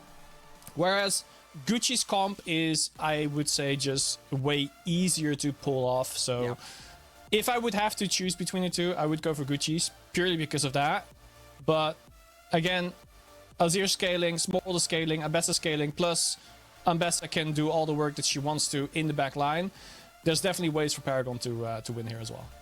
Yeah, I mean, I think the two things I'm looking at least are like, one, is Jhin getting jumped by this Ambessa? Are they finding ways to get onto that Jhin? Two, what's the Orianna Nocturne situation look like? Are they popping off? Are they doing what they need to? If that's not hitting, then all of a sudden this composition feels a little woeful. True. I know Korosh is like a fantastic mid laner, so I doubt he misses the Orianna shockwaves, as well as Qualzy being like a very young jungler right now. I think he's 17 and he was challenger, I feel like. So I'm actually excited to see how he grows within the Four Nations summer split, and I have a lot of expectation from him specifically. But of course, let's not jump the board here. Bernie is pretty strong as well. There's actually a little bit of lore between Paragon and Gucci, but I will tell you that as we head into the game pretty soon. Yeah, I'm very, very excited here. I'm also, you know, we talked about in the break, like Paragon having this double scaling here. The later this game goes, the more that Azir and Smolder get scary. So another thing to kind of keep our eyes on here. Yep. And I do expect that both teams will go for like a 5-man defense setup. I feel like if someone's going to go for like an aggressive start, it would be Gucci, but I don't think it will happen specifically this game. Early vision is very important to get in the jungle of both sides, because you really want to track where Lilia is going. She can be very annoying in the jungle, especially for a Nocturne that's not level 6 yet. Nocturne cannot chase down a Lilia. I mean, even after level 6, you can't really do that, even with the ultimate. Lilia just hops away. In that sense, you really need to know where she is, because you never know when she's going to run into your lane. Yeah, you know, and then looking to the sleep can be a little scary here. If that Orianna Nocturne doesn't just do the job immediately, suddenly you have a Nocturne, an Alistar, and a Renekton that Lilia can very easily reach and get that sleep down. And there's not a big front line here. That sleep damage is going to be felt. Oh, absolutely. But of course, I think you touched upon in the green room as well, where Alistar can really deal well with the sleep. But let's go into the lore a little bit, shall we? I think it's a little bit of a fun lore. So the Four Nations, it has multiple divisions, of course, and Division 2 is where I met Glorpcat for the first time, and it was actually on a cast against Gucci Infernus. It was another Gucci team in the Four Nations. Glorpcat was new to the Division 2, and they absolutely decimated Gucci Infernus. So this is kind of like a revenge story for the organization. Yeah, as we're already seeing a little bit of action. We're getting a little bit more action-heavy top lane, I think. We had Scion Gragas, where I was falling asleep in my chair watching that. And now we've got Ambessa Renekton, which is a little bit more feisty. I would say they really want to go for like a fist fight, but I'm pretty sure both of them run the same weapons. Yeah. Don't actually know the name of that. I don't. Oh, I used to know Renekton's weapon name, and I can't remember it anymore. I know someone in chat. I know someone in chat knows the lore. Someone in chat is gonna know the lore and think we're really dumb for not knowing it. They're just, you know, L-casters going on right now. But we are seeing that early push here from the Ambessa. A little bit better wave clear, getting control of that top side. But the junglers are up there as well, so Nocturne could look to move up to that top side. Yeah. It's going to be a very volatile lane, and the bot lane will be a bit boring. I think Maro and Chompy are like the kind of players that really want to make plays, get early kills, especially against the Smolder. And they should have the angle for it as well, but here we go. Engage on the bot side. Alistar going in. The Rel getting the stun very late there for the aftershock, so not protecting herself a lot in Sprumble. Will be feeling a little bit of pain there. top lane there, as we do see the jungle clear finished. Nocturne going to be taking the top Scuttle Crab. Lilia seeming to move on to that bottom one. It's a top on the mid lane actually coming in. Caught out. Now we're seeing the fight here in the mid lane as Lilia might be in trouble. Will be flashing away as you're trying to get onto the mid lane here, but there is a flash from the Orianna. Fear under the tower doesn't matter. It is going to be a kill for the Orianna. Good Chi starting out 2-0.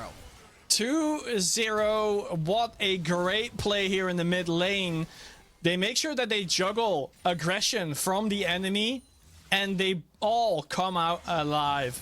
A slither of health for Kurosh, but that's all you need to survive, baby. It is looking good already for Good Chi. We talked about how they're early to mid game. Those level 6 power spikes need to hit. Getting a couple kills going into that will absolutely help that be a little bit stronger here. Top lane is more fighting between Mata and Loopy. They will be just chilling, I think, out there for now. Mata actually playing a little bit in the face here of the Renekton.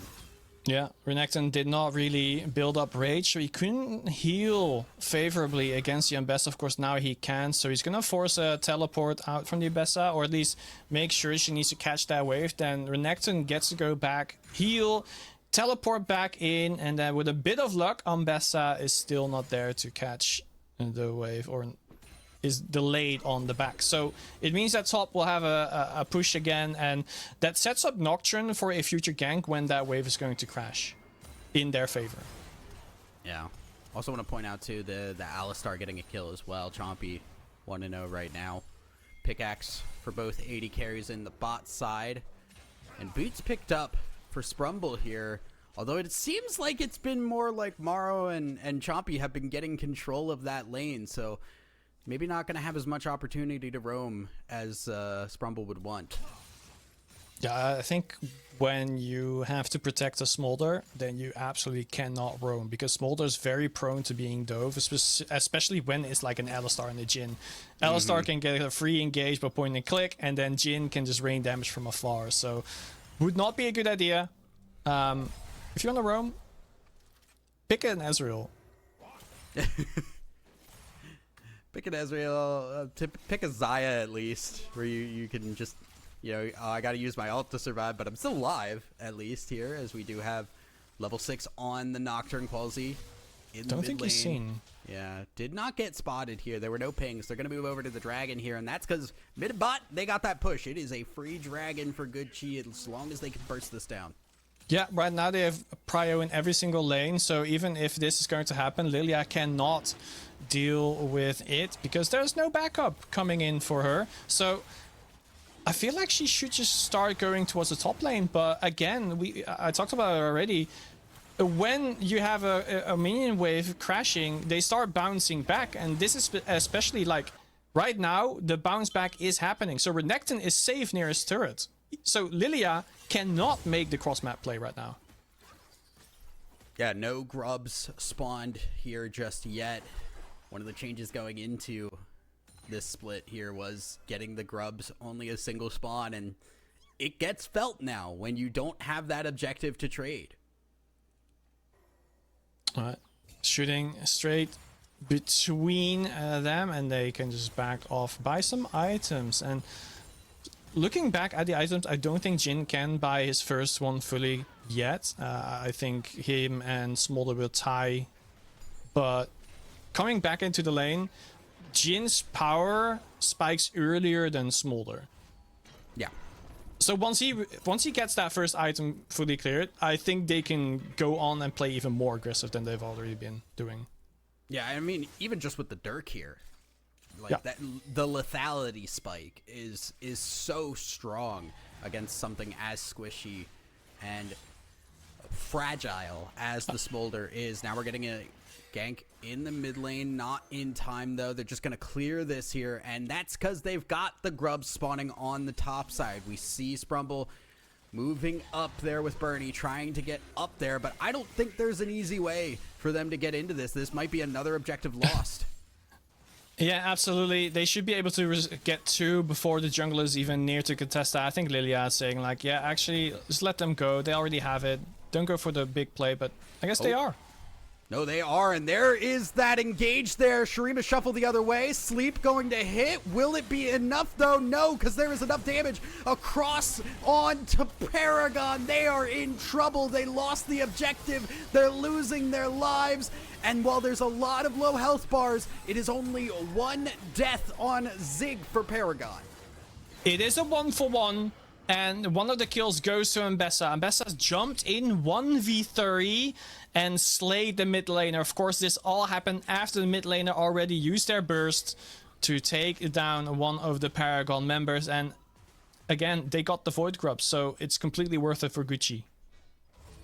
Gucci feeling okay. Mbessa having a little bit of a lead is something to keep an eye on, I'd say, but when we're looking at the farm disadvantage here, it's mostly just starting to break even once again. Yeah, absolutely. I think Paragon, laning-wise, is doing fine. All agency is on Gucci's side, though, mostly because Renekton just has the early advantage over Mbessa, whereas that's gonna switch about the 20-minute mark. Alistar, looking. Anomaly in trouble. Big double knock up there. Smolder will get over the wall, and so will Sprumble, but they're flashing over. Exhaust the berry you used from Anomaly, but that's not enough. It will be Morrow getting that kill. Gonna headbutt the Rel back out under the tower. Stun, trying to buy as much time. Fourth shot, going to be good. A double kill, going over to Morrow. Impeccable CC weaving between the AD carry and support. They chain it perfectly and get 2 kills out of it. Morrow and Chompy showing off the synergy early on in the Four Nations. Not just the kills, but also the crash, the plate, everything going right there. It was a kill for the Alistar early on. Now that has been passed over to the Jhin. That Collector is going to get finished. And Morrow is very, very scary already. He's always scary. The analyst desk already talked about how he turned a 2 for 4 into a quadra kill and then won the game off of it while then Nexus was being sieged. So always be aware of Morrow. Always stay out of the danger as well. And I feel like if you really want to take down Gucci, make sure Morrow does not get to play. It's tough here. Because now we've already talked about how safe the Jhin can be. And now it's a Jhin that is already in the lead. They're going for that Shockwave Nocturne ult combo. And it is good. It is easy for Gucci as they will get another kill in the mid lane and more plates here. Yeah, like one of the weaknesses for Azir is, yes, he's a very strong champion. Yes, he got buffed, by the way. Not sure why, but, you know, it happened. Nocturne, when he gets to dive onto Azir, and especially when you have an Orianna ultimate to follow up on it, you can already dish out damage on Azir before he can even use the Shreem as well to make himself, you know, go to safety. So regardless, he's being bursted down. So you need to protect the Azir at all costs. At this point, I feel like they should just rotate the mid to the bottom and bottom to mid. Now we see on the top side, the E misses there from Birdie as they're going to try and go for the dive here. Loopy does not have the ult, and it will be a kill. Mata will not survive, and that is a 1-for-1 in what should have been an advantageous position for Paragon. It's still advantageous because, of course, there's plates being picked up for Lilia as well as XP and gold being lost for Loopy. So in that sense, it still is good for the Mbessa when dying. She doesn't lose out on the XP and the gold. Only Renekton does. And they get back. But again, Drake being taken by Gucci. They're already 2 ahead. And they also took all the Void Grubs. So right now, it's looking like it's the same as game number 1 just now. Where RIZE Gaming took every single jungle objective. Gucci might be doing the same here. Now we're going to see how Gucci, because right now Gucci are very clearly in the driver's seat. They're exactly where they want to be. Now we're looking at how do you make this unsalvageable for Paragon. They have the lead. They've been doing well. They need to make things dire for Paragon here. We're waiting for these first towers to go down as the plates will fall soon. Like you said, dragons have been going for Gucci. All objectives have been here. Are we waiting for the plates to fall to see the map break open? We might. Nocturne has just gotten his ultimate back, so I know that the Paraglorps know that Nocturne ultimate is back, so they should be aware of it, especially Azir. They've been diving him quite a lot. Of course, that's exactly where Orianna is. Side lane pressure could be taken early if they really wanted to. But for now, it's just about scuffles in the bot lane and the top lane. And it also means that Smolder gets to scale. But again, Azir, you need to be wary. Very wary. Yeah, I mean, it's obviously a fear, right? That late game scaling is there, but we're gonna be waiting a long time right now. It is a 5,000 gold lead here. Zig, don't walk forward. Does back off here. Does not risk it. I was gonna say they were thinking about pulling the trigger. Yeah, I was like, don't clear that ward, or you are going to lose your life. Like, you are a walking ward right now, and you're about to be taken down. So let's actually ask the question: how does Paragon come back in this game? Because there's already a 4K deficit for them. And it is going to be even more rough as things are happening. You already see that Chompy is setting up for the Rift Herald. They really want to take everything. Paragon, they need to be steps ahead. They need to start guessing what Gucci is going to do. That's something that Kerberos from Intquick is extremely good at. And that's exactly why Gucci's match last time was so extremely difficult for them. I need Glorpcats to do the same thing. I need them to start glorping. I need the viewers to start glorping in the chat as well. They need the energy. Oh no! I didn't know how that sentence was gonna end. I wasn't ready for that one. Is the Rift Herald's gonna get taken by Gucci? Another objective in their favor. They have grabbed themselves everything on the map. Dragon gonna be spawning in just a minute, as you can see. Bot lane starting to move into the river. Vision will now be contested over as a third dragon for Gucci will put them in prime position. Yeah, Drake spawning in about a minute, so both teams should be heading back to base pretty soon, taking their last few minions, buy the items, and then get ready for the first team fight over a Drake if Paragon is going to contest it.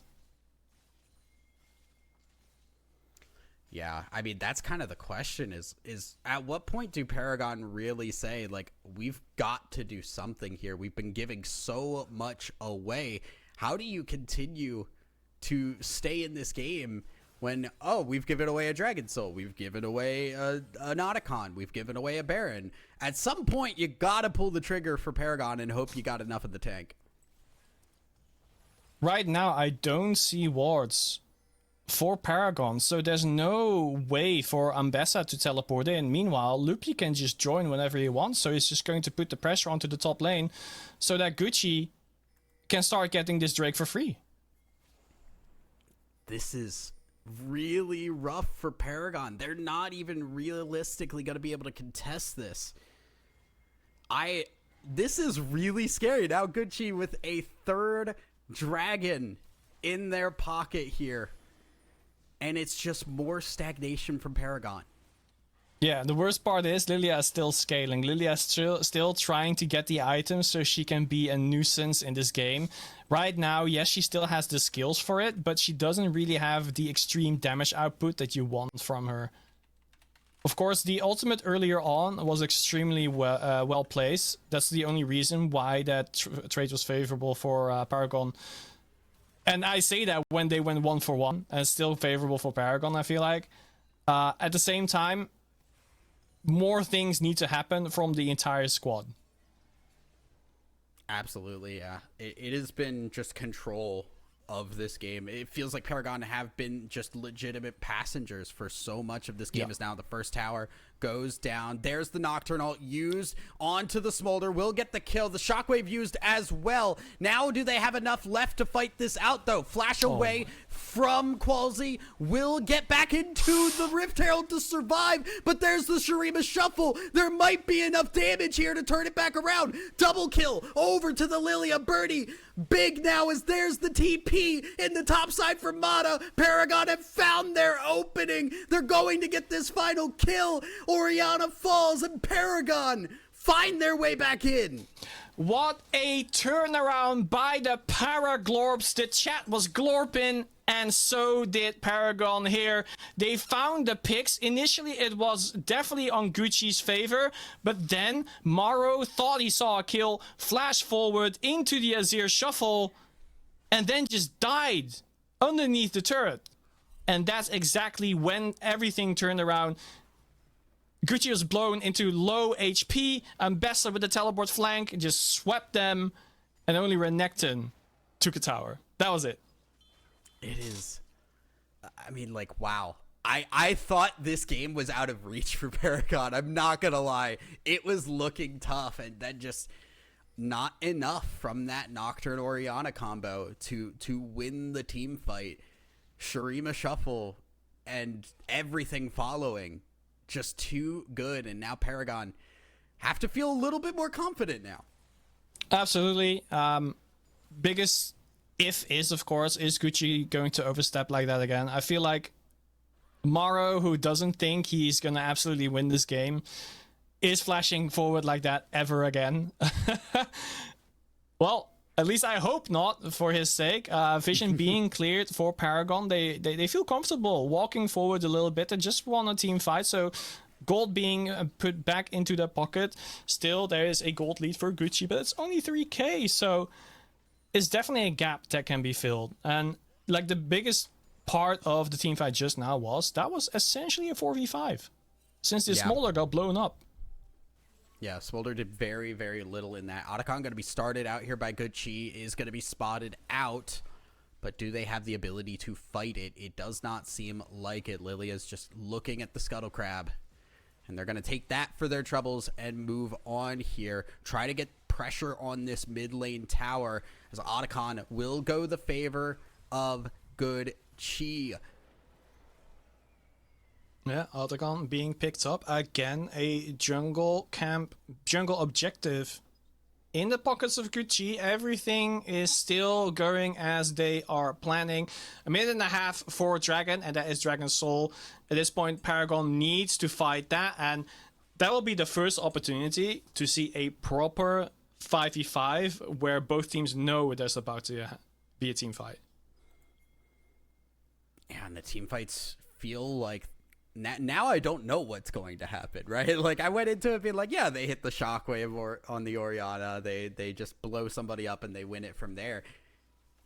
They couldn't do it last time, and now we're looking at these big team fight ultimates that are pretty huge, that have the ability to turn these fights back around.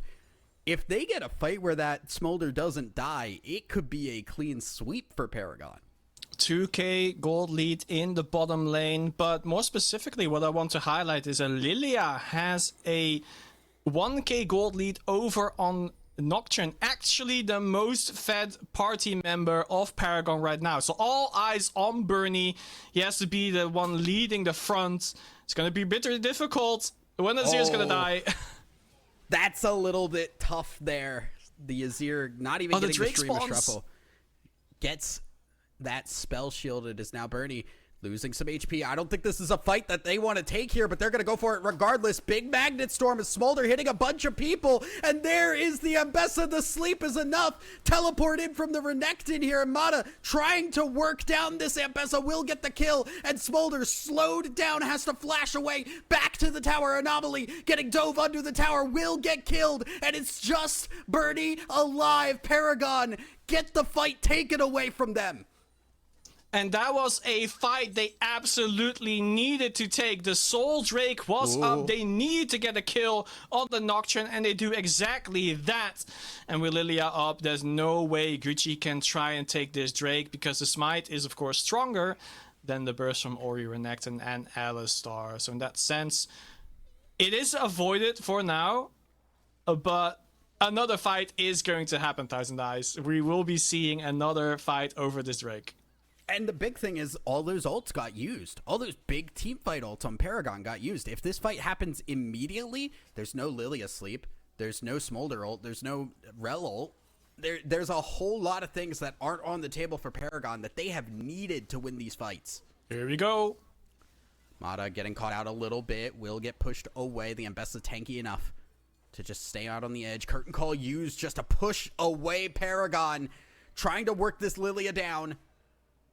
Will lose about half HP as the dragon resets now. Lilia needs to heal back up. Good Chi playing this slow and steady, but the more time they wait, the more time those cooldowns come back up. Birdie healing back up. Dragon going low. Flash over the wall. Lilia going in. Won't get it. It's the Jhin. Maro secures the dragon's soul, and Paragon are left watching. Yeah, the darkness made it difficult for Lilia to get in and smite the dragon. They do secure the soul, and Gucci is in a very strong position to start winning again. But we've seen this before. Yeah, now going for the fight again. Shurima shuffle to push the Alistar back in, but the Unbreakable will keep him alive. Azir now in the front line, not where you want to be. There's Mata. There's the Smolder ult. Lots of damage, but no kills just yet. Magnet Storm pulling everybody in, and they'll get the kills. Double kill for Mata as they're pushing down the mid lane tower. Maro cannot stay around for this one, and Paragon finds something. Mada finds Maro in every single team fight. And every single team fight, Maro gets pushed out of the team fight. There's a lot of words, the same words being used in that sentence, but I just have to like rethink like, okay, how is Gucci going to win this? Because they have such a big lead. They have gotten everything out of the jungle. Their macro play is just better than Paragon's, but then you just look at the micro play, the team fighting where again, Mada finds Maro every single time, kills him, or takes him out at the teamfight at the very least. And then the Glorps just sweep Gucci. Yeah, it feels like it's just, yeah, are these fights happening where Paragon have the ability to get these big team fight ults, or are they not? Because when they're going in that favor of having those cooldowns, Paragon are really scary right now. The Magnet Storms have been huge from Sprumble. Anomaly has been able to get into these fights a little bit better. When Zig's not getting caught out in the mid lane, that Azir's putting out damage. Even if it is a 0 for Azir, we've got 2 items. Yeah, definitely. In chat, they point out that this soul is not really that useful for Gucci. It only helps Renekton a little bit. And that's a good shout out to the chat.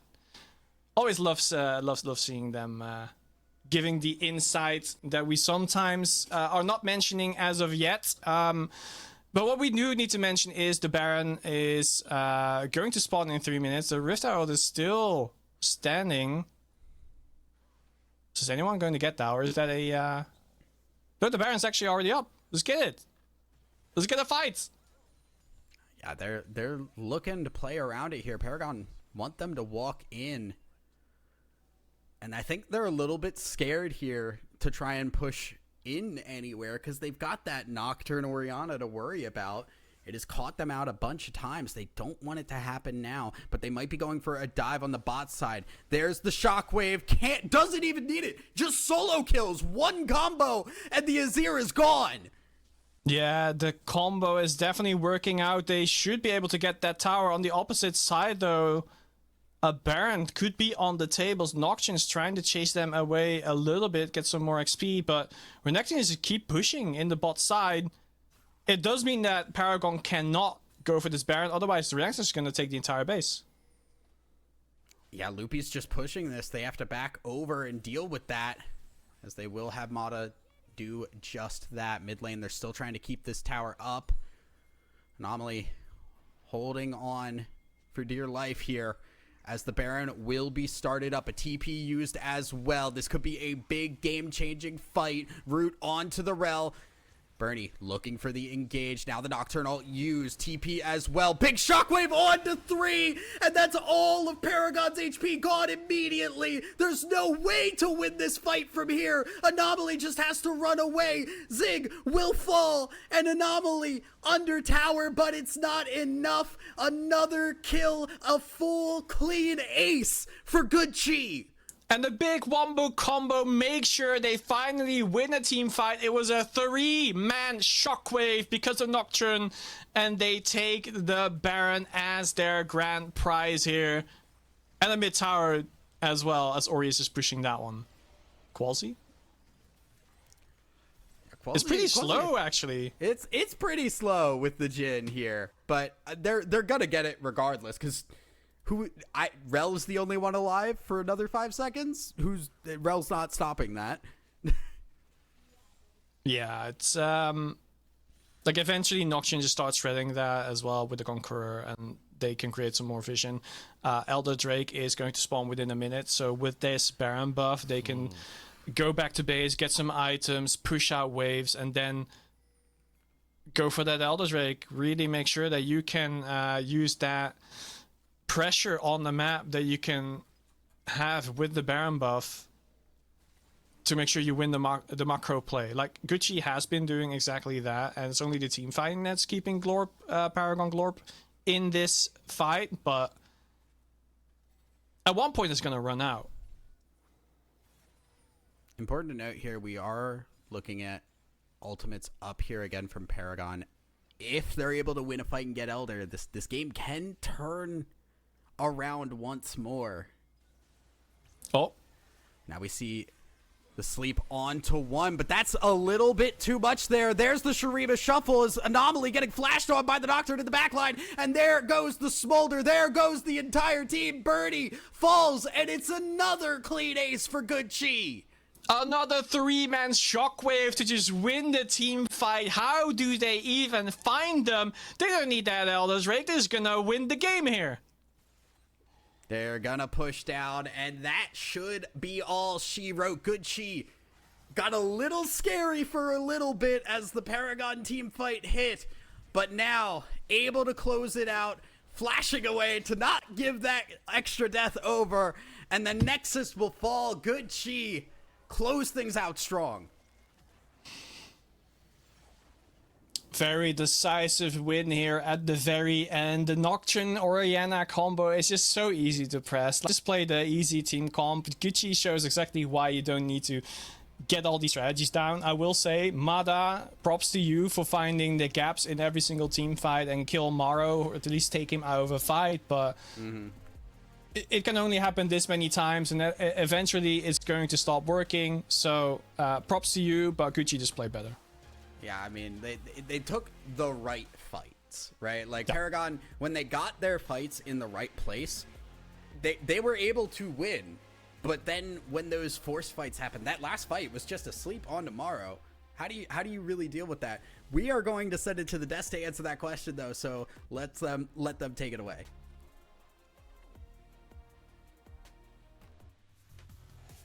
They can't keep getting away with this. Not again. What?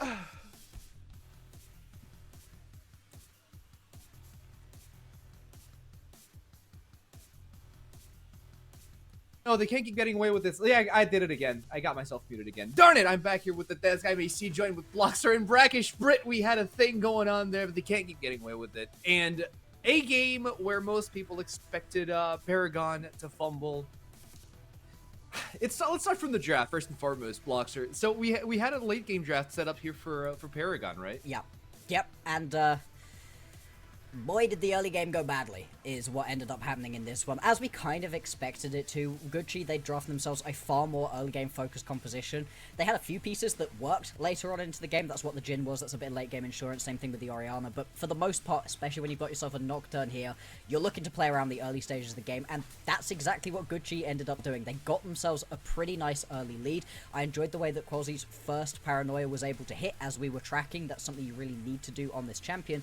And for the most part, they were just getting themselves ahead, not even just through these team fights, but also just in these individual lanes. I mean, there was a few times where Maro and Chompy in the 2v2 were just getting kills, getting him super ahead. It was a really nice early game play from Gucci. That lane would have been just completely over if that first blow had gone to Maro, by the way. Yeah. It was fortune indeed for Paragon that it was Chompy who ended up picking up that kill. But yeah, I can only I can reflect what you were saying, Max, in that I loved what I saw for the most part out of Good Chi. There was a particular moment where we saw Qualzy and Chompy come into mid lane, help Kurosh push it out, and oh look, there's an objective up. All together now, we walk into the topside river. What the hell's Paragon going to do about it? Yeah, it's a bunch of things that happened in this game. We're gonna go through replays right now to get a glimpse of what we might have missed in the in-game action here with our replays here. Starting off with We've only got one actually, I believe. I believe it was. This is the end. Yes. This is the last play this that is we end closer up to the end, seeing. yeah.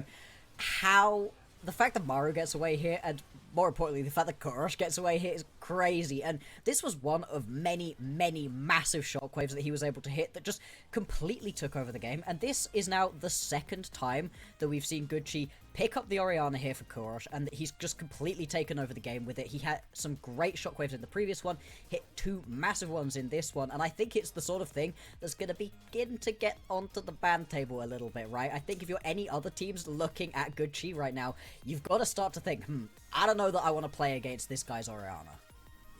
Yeah. But then we look at the top lane, and we saw the Ambessa kind of giving a glimmer of hope over to the Paragon squad, and we think, okay, maybe it's the player that he might wake up and choose violence one. But maybe it's the Ambessa. Maybe Ambessa is just that busted of a champion. What are our thoughts here? Because I felt a drip of sweat falling down the foreheads here of Chi with the Ambessa in the top lane. Mada did work. He did a great job of keeping Maro in check for a lot of those fights. But the problem was that getting Maro is all well and good, but for all intents and purposes, while he's doing good damage, he's not actually the key point of that composition. Yeah. He's more supplementary CC, follow up and finish off damage. You needed to disrupt the mid-jungle synergy, and time and again, Kurosh was able to find himself in space, unmarked, able to throw a ball onto Qualzy and send him heading for the hills. True. So that said, I don't think we discussed it, but the MVP, I believe that the MVP, we It's can Kurosh, all by the way. agree. Yeah, exactly. Kurosh. I mean, without a shadow of doubt, the man was just unstoppable in the against? Orianna. And it was such an early rotation of picks here in the draft as well. You immediately saw the Orianna Nocturne. Everybody knew what was going to happen from there on out. Yeah. And Kurosh does just seem like he's really stepping up for them, but I think that Good Chi right now, as much as we do say they can't keep getting away with it, they need to play against these, as we're expecting, worse teams in the league a lot cleaner. I am really, really interested to see what they do next week when they've got themselves a couple tougher opponents, but so far, the fact that both Maru and Kurosh look like they're playing incredibly well bodes great for this team. The fact they've got their carries at this point firing on all cylinders is a really good look. Exactly. Yeah, But I'm 100% before- looking forward to sorry. next week. Because, yeah, if they come up against one of the more fundamentally solid squads that we have in the league, I don't think they're going to be able to continue getting away with this. There were moments in this game where they skipped steps, where they allowed Paragon opportunities back into the game. Other teams just aren't going to let that fly. Nope. We're going to see in the upcoming matches if that's going to happen or not. But for now, game number 2 is in the books. We are going to take a short break before we head into Venom Crest versus Int Quick. So don't go anywhere. The desk will be right back with you guys.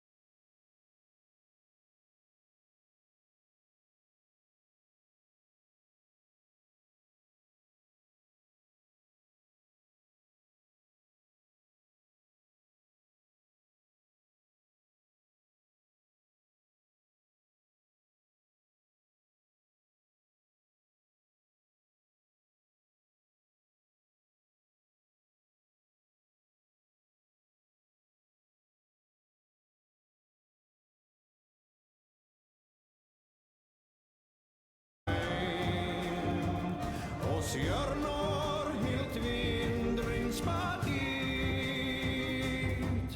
Jord hunger hon där skall dräntor. Regnon ström några er se. The stocks are up! Venom Crest take game 3! Oh, Malphite. All right, here we go. Just Still going for this place. You would as Chimera super low. Trouble, but there's the Rakan coming in for the shooting. The shooting again. Oh my God! They lose. And everyone bow down to Venom Crest. Two-time champion. Bow down to Jake. Hello and welcome back to the UKEL. Another day, another set of games, and some bangers lined up actually. And I will introduce my two analysts for the final part of the second day of week 1. You may or may not know them. You know, they've been around a little bit. Middlecott, welcome in NLC Caster, and I got to welcome in the newest NLC jungler. Right now, not having the best time, 0-2, but Don Jake is here with us to give us some wise wisdoms of how to play the game. Sorry, we're not doing a round of applause for me, or that was... Well, once you do some jungling that merits it, I think maybe. So- No, it's great to be here. Jay, I started on the UKL so many years ago, and it's great to be back. It's good to see that the quality of gameplay hasn't changed at all, and yeah, looking forward to some fun games this evening. All the nameplates, to be honest. Some of the players are still here. They haven't left. They just keep returning. And Jake, obviously, like, you know, you've been around the UK scene a bit. You've done the in-houses. You're now on NLC. You kind of skipped UKL a little bit. How are you feeling about today's matchups? I mean, for me, how do I feel about them? I'm not someone that really cares about feelings. I just prefer to do every day. So in terms of feelings, those left me a long time ago, Jake. Yeah. What would be like now that you've played against some of the best, right? You played against Jankos. You know, you said that you self-proclaimed jungle diff Jankos. You know, First 10 minutes of the game, check the tape. And you got a few people to flash away from you, as seen on Twitter, right? Well, what would be your words of wisdom to any of the younger junglers in the UKL? I would just say, just to be honest with you, something you need to give up, because the way I did it is I bought an organization and I put myself in. That's how I skipped the queue. Some of you are never going to have that kind of money available. That's a very bronze fresco take. If we go all the way back there, you know, it's a very old school look at the way of League of Legends. But we have a matchup today that we're going to discuss. We got Venom Crest taking on Quick, the final that we got to cast, or I say me got to cast, and it was a 3-2 predicted by yours truly in a reverse sweep. It's a matchup that was pretty epic. However, the teams have changed a lot, Middlecott.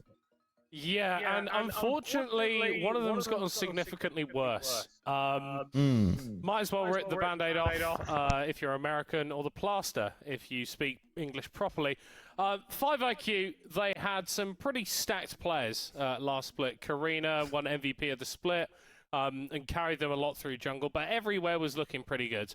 Artorias Prospect bot lane is not looking great. We might need to press the emergency usurp button now, but the thing about this team is they have got a hell of a lot of experience, so if stuff ends up working out for them, I wouldn't necessarily be surprised, but it's not looking likely at the moment. Yeah, and it's some old names on this team, right? Like, we talked about it before in the last season with Quick about how they're very storied players. They've been around the scenes. They've been at different levels and divisions, right, Jake? You've probably known most of these players for a long time. How do you feel that they're kind of getting the band back together?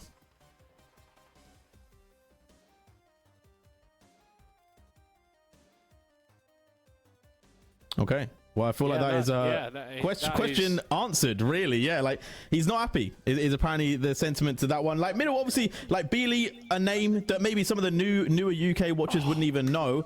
Talk to me about this player. Beely, right, so this is a wonderful thing about spending a bit of time in esports, is you actually get to know people. And Beely is a really lovely guy, but he's also a pretty damn good mid laner.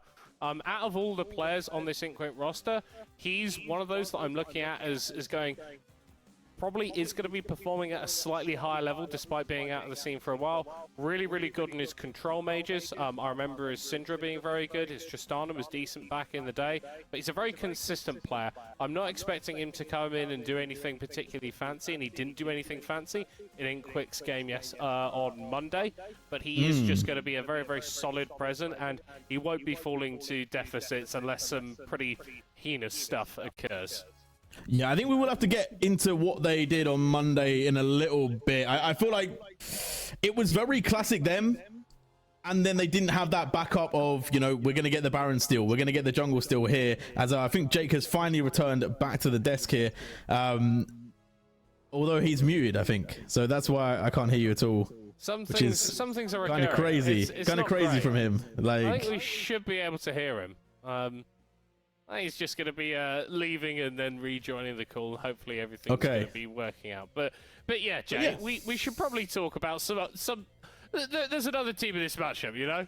Yeah, no, there's another team in this matchup that I backed all the way in the finals. This is the champions of the league, not once, but twice, Middlecourt. They've come back again, and there are some returning players, right? Chrisberg is back, Frades is back. However, we got a whole host of new players coming into it as well, right? We got Refresh, we got Galul, some players that have obviously been around. Matthew coming back as well. Like, they've been in the UKEL scene, they've played on different teams, now they're representing the green flag that is Venom Crest. Yeah, and I think it's just another split where Venom Crest have come in with a roster that should do very, very well.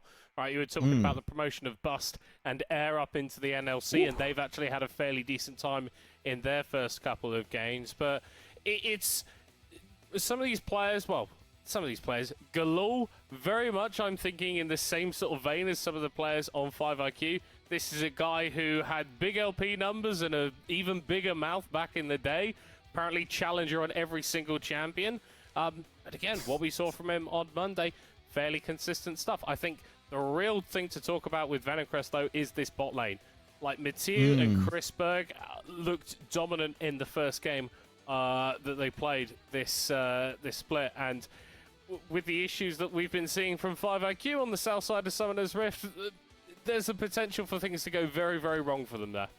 Yeah, and I feel like one other thing I want to point out, I don't know if we've like shadow banned Jake or if he's back now, if we can get any words from him. No, I still can't hear him. It may be, you know, maybe production just don't care. They don't like Ruddy. They don't want to hear you. He needs to learn sign language. You know what? It's like, you know how like NLC finals they just didn't show the Ruddy fans. Now we don't even hear the Ruddy fans. So that's how it is right now. They're just getting slowly but surely removed from the map. Jake, can you hear the Ruddy sing? Because I can't hear an effing thing at all at the moment. But I want to get into like how some of these things are played, right? We talked a little bit about how, like, you know, Inquick didn't have necessarily the best Monday. I feel like Venom Crest came back very much the same, right? It was like you take the team, you take some different players, but they still have the same thought process. They still have the same play factor. They like to play good early. They get themselves ahead, and then they keep themselves there really steadily. And if you ever do challenge them on the fights, they always have that macro to keep them ahead. But we are going to go into draft. Hopefully we finally have someone back mic'd up, because he called himself a draft specialist, but you yourself, Middlecourt, you know, you're a bit of a whiz here. You did lead a team to their first ever win. Yeah. Ruddy and Insomnia, and Jake's shaking his head just in disbelief of what I was able to do to that team. And I've also received coaching offers from teams that are currently playing within the UKEL now, so yeah, I absolutely know my stuff. What we're seeing in the opening salvos here with the first two bans is a fair bit of targeted focus here from Inquick. So the Varus away from Chrisberg, the Udyr away from Frades, and then Galul looked pretty decent on the Orianna as well.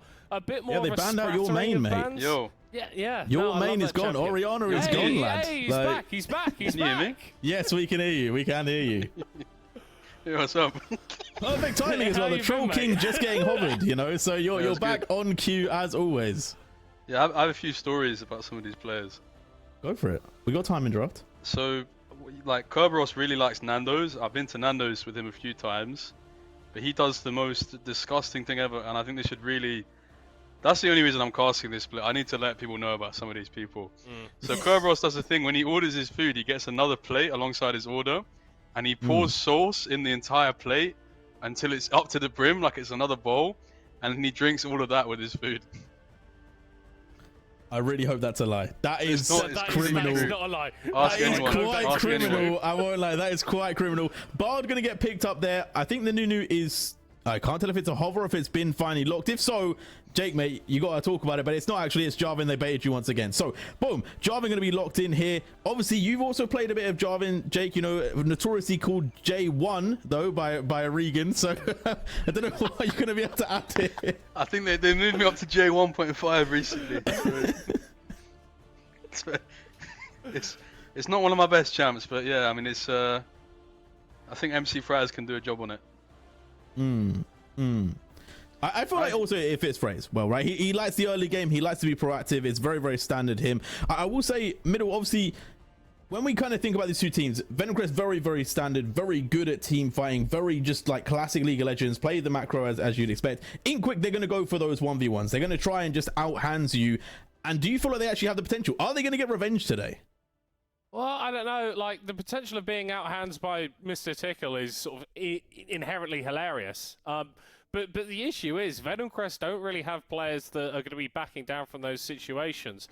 They've got a strong composition for themselves right now, which is focused on large engages in teamfight with follow-up damage. The Jarvan, the Rel going to be going in, Ziggs dropping damage. I can't tell if I've gone or if Middlecott's now gone. It is a little bit more ethereal and esoteric what they've got. I think Beely's got some good ultimates to steal away, which makes Silas feel like a good pick, and I don't really know what Jake's doing at the moment. I think he's plugging his mic in again. Yeah. Can you hear me still? Or? Yeah, we can hear you. We can hear you. Everyone's back. I actually shared a hotel room with Galore once for a night. At the LAN in Insomnia.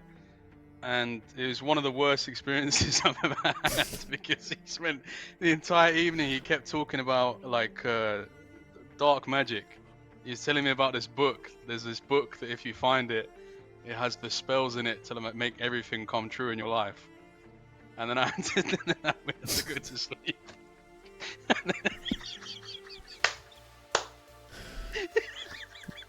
So did you ever search for the book then? Like, I've never searched for the book, but apparently he has, and that scares me. So, like, he searched for the book. Okay, well we'll see. If he ever rocks up with a Medjai's, you know, maybe just maybe he might be able to unlock some wins on the Rift as well. But I gotta ask, you know, like if you did get the book. Wait, hold on. We'll go through the pick first, and then when we get to this. So, Tristana being hovered here right now. Obviously, a few bans coming out. Yorick and the Jhin taken away. Pantheon and the Cassiopeia. No, hold on. We need to say some champion names first before we get into a discussion about about Galore's Morella Novicon. Alright. Right, they're hovering Jax, Jay. They're hovering Jax. Jax is hovered, and that's fine. No, but now we're back to the book. Alright, so back to the book. So if you were to get the book, are you then going to finally open up your ruddy stores around the globe? I'm not going to answer this question because it gets worse. Because like before he talked about the book, there's this thing in like I believe in Islam or whatever, where like evil spirits are called Jinn, like DJINN. Okay. He kept talking about them. But for about an hour of him speaking about it, I thought he meant the champion from League of Legends. I was like, why does he keep talking about how Jin's gonna do bad things? So I was just sat there, like, what's Jin got to do with all of this? It's pretty on law though. Like Jhin did do some bad things, so I feel like Galil's not making a crazy statement here.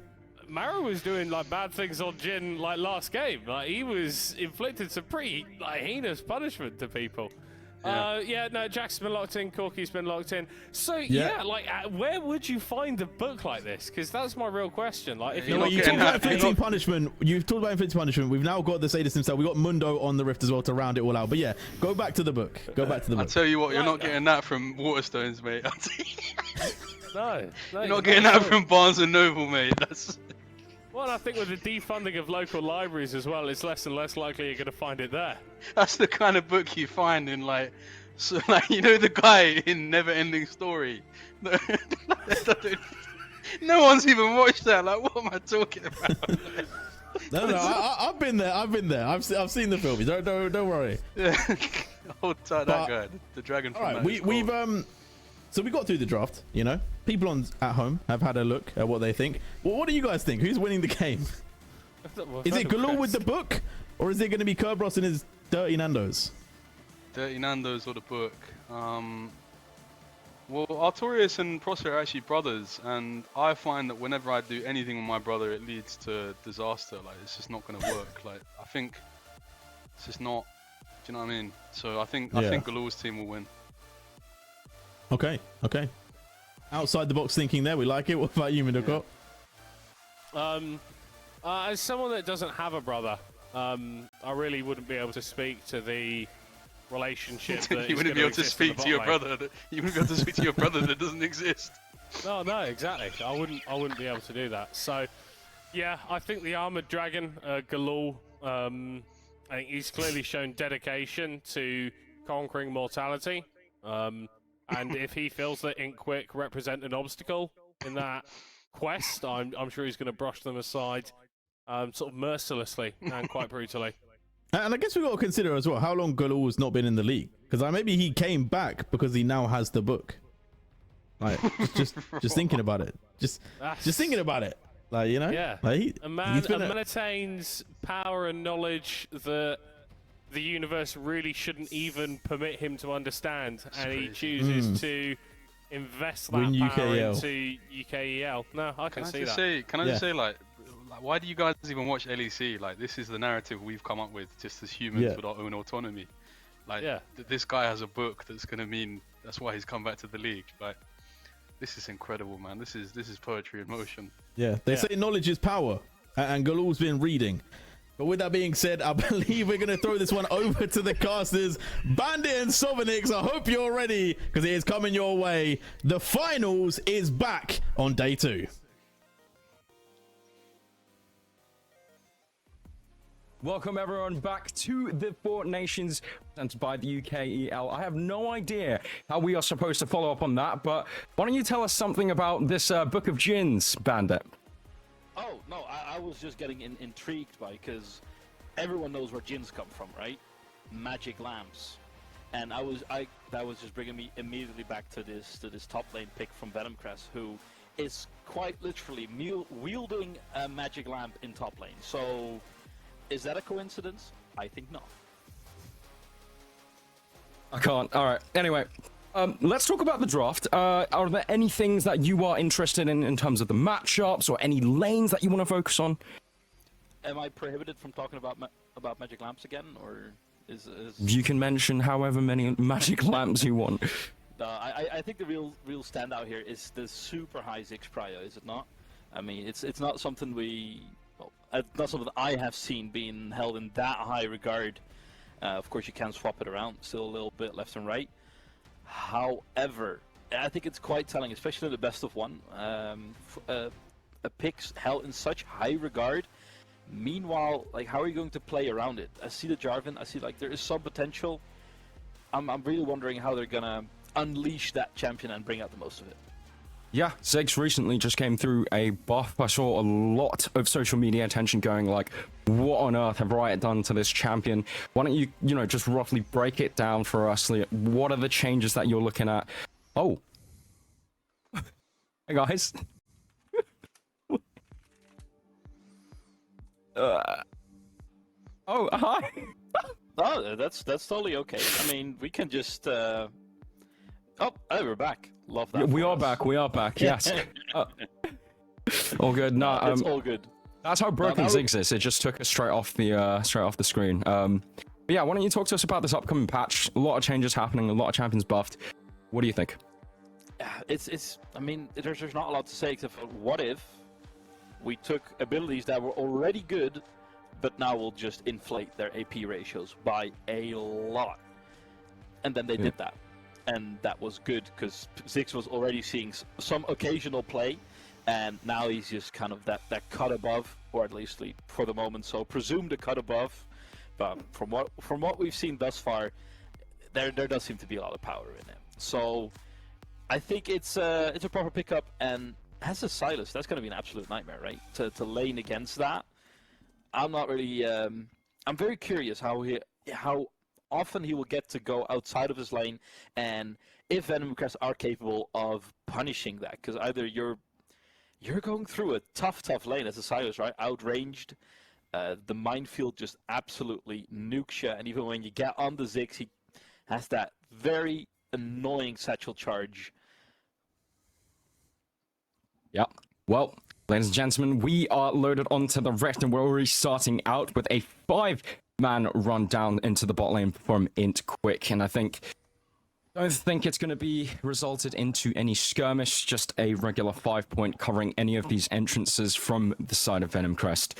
I don't think Int Quick will find anything. You'll see opposite sides of the vision. What do you think this could suggest for how this early game is going to go like? Yeah, just getting some deep vision down early will be quite nice. Of course, the Trundle jungler, Mr. Tickle on it. If you can catch a glimpse, so at least you get some time-ins, especially on the Trundle, who can just have an absolute murderous level 2 or level 3 gank with just the pillar and the chomp, making sure you can blow some summoners left or right.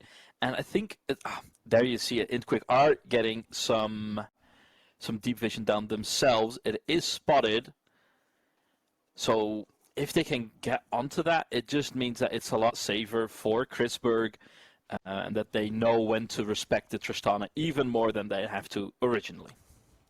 Yep, and speaking of matchups in the bot lane, it was discussed by Middlecott. Chrisberg and Mateo opening game on Monday, they were fantastic together. Probably, I would say, the focal point for Venom Crest's success in that game.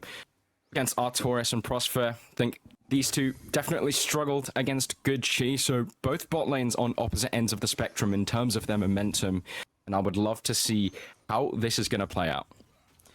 Yeah, it's a bit of a waiting game for now, and just I think it's very important to keep an eye on the CS numbers as they are going up little by little.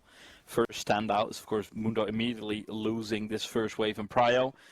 A opportunity for Proxian, but as they should know, they didn't see Mr. Tickle on the chicken camp, so that would suggest he's full clearing his blue side, so you have to respect that at least a little bit, and there you have to wrap around. Yeah, well, Nolty's going for an early play. Chimera already starts off the fight. Yep, he didn't quite land from Chimera, so Khalil will be able to use that satchel to get away. Yeah, a close shave for the Venom Crest mid laner, but they miss all the save no matter how close they get. Nearly hitting is still fully missing, isn't it? Yeah, Chimera, it's so amazing to see him back in action. This player is so storied, as we're seeing bot lane 2v2, not quite necessarily breaking out into anything, just a trade of spells, but I mean, I don't know how much you know about this player, but I can tell you, back in the day, this guy was a legend of the UK mid laners. Oh, I'll tell you all about this Chimera lad. So, story time. When people started discussing, what would happen if the UK formed a team to go compete in some sort of esports Olympics style tournament, people were saying Chimera would have been the mid laner. So that's how talented that boy is. Or it was. Those are credentials. Oh, Caster is hitting hard here. Chimera's getting instantly ganked by Phrase. EQ not going to land, but the flash is blown. So you could consider that a successful gank from the Jarvan. Yeah, definitely. I think it is interesting to point out that despite having to lane against a Ziggs, melee into range, a Ziggs of all champions, he was actually holding up with CS quite well. Actually, almost a full wave up on the Ziggs. Impressive to hold your line in that way as the Silas. Now, of course, he is not running Electrocute, which means even those short burst trades, which can go in your favor against a Ziggs, right? Is very low right now in bot lane. I was just seeing. Sorry. Yeah, uses flash as well. Yeah, No. Now, it will be getting the reset, so that is a close one. And Mr. Tickle will be here to protect any form of threat of a potential dive.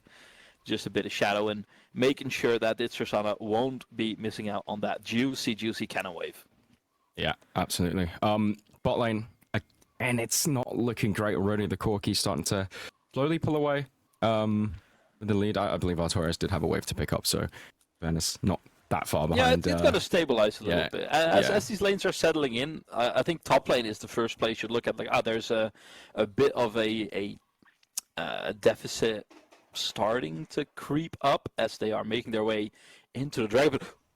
Ooh, that's very close. Yeah, Chimera's going to get an initial jump onto Galul. Nice pillar to stop Mateu off the back of the crash down.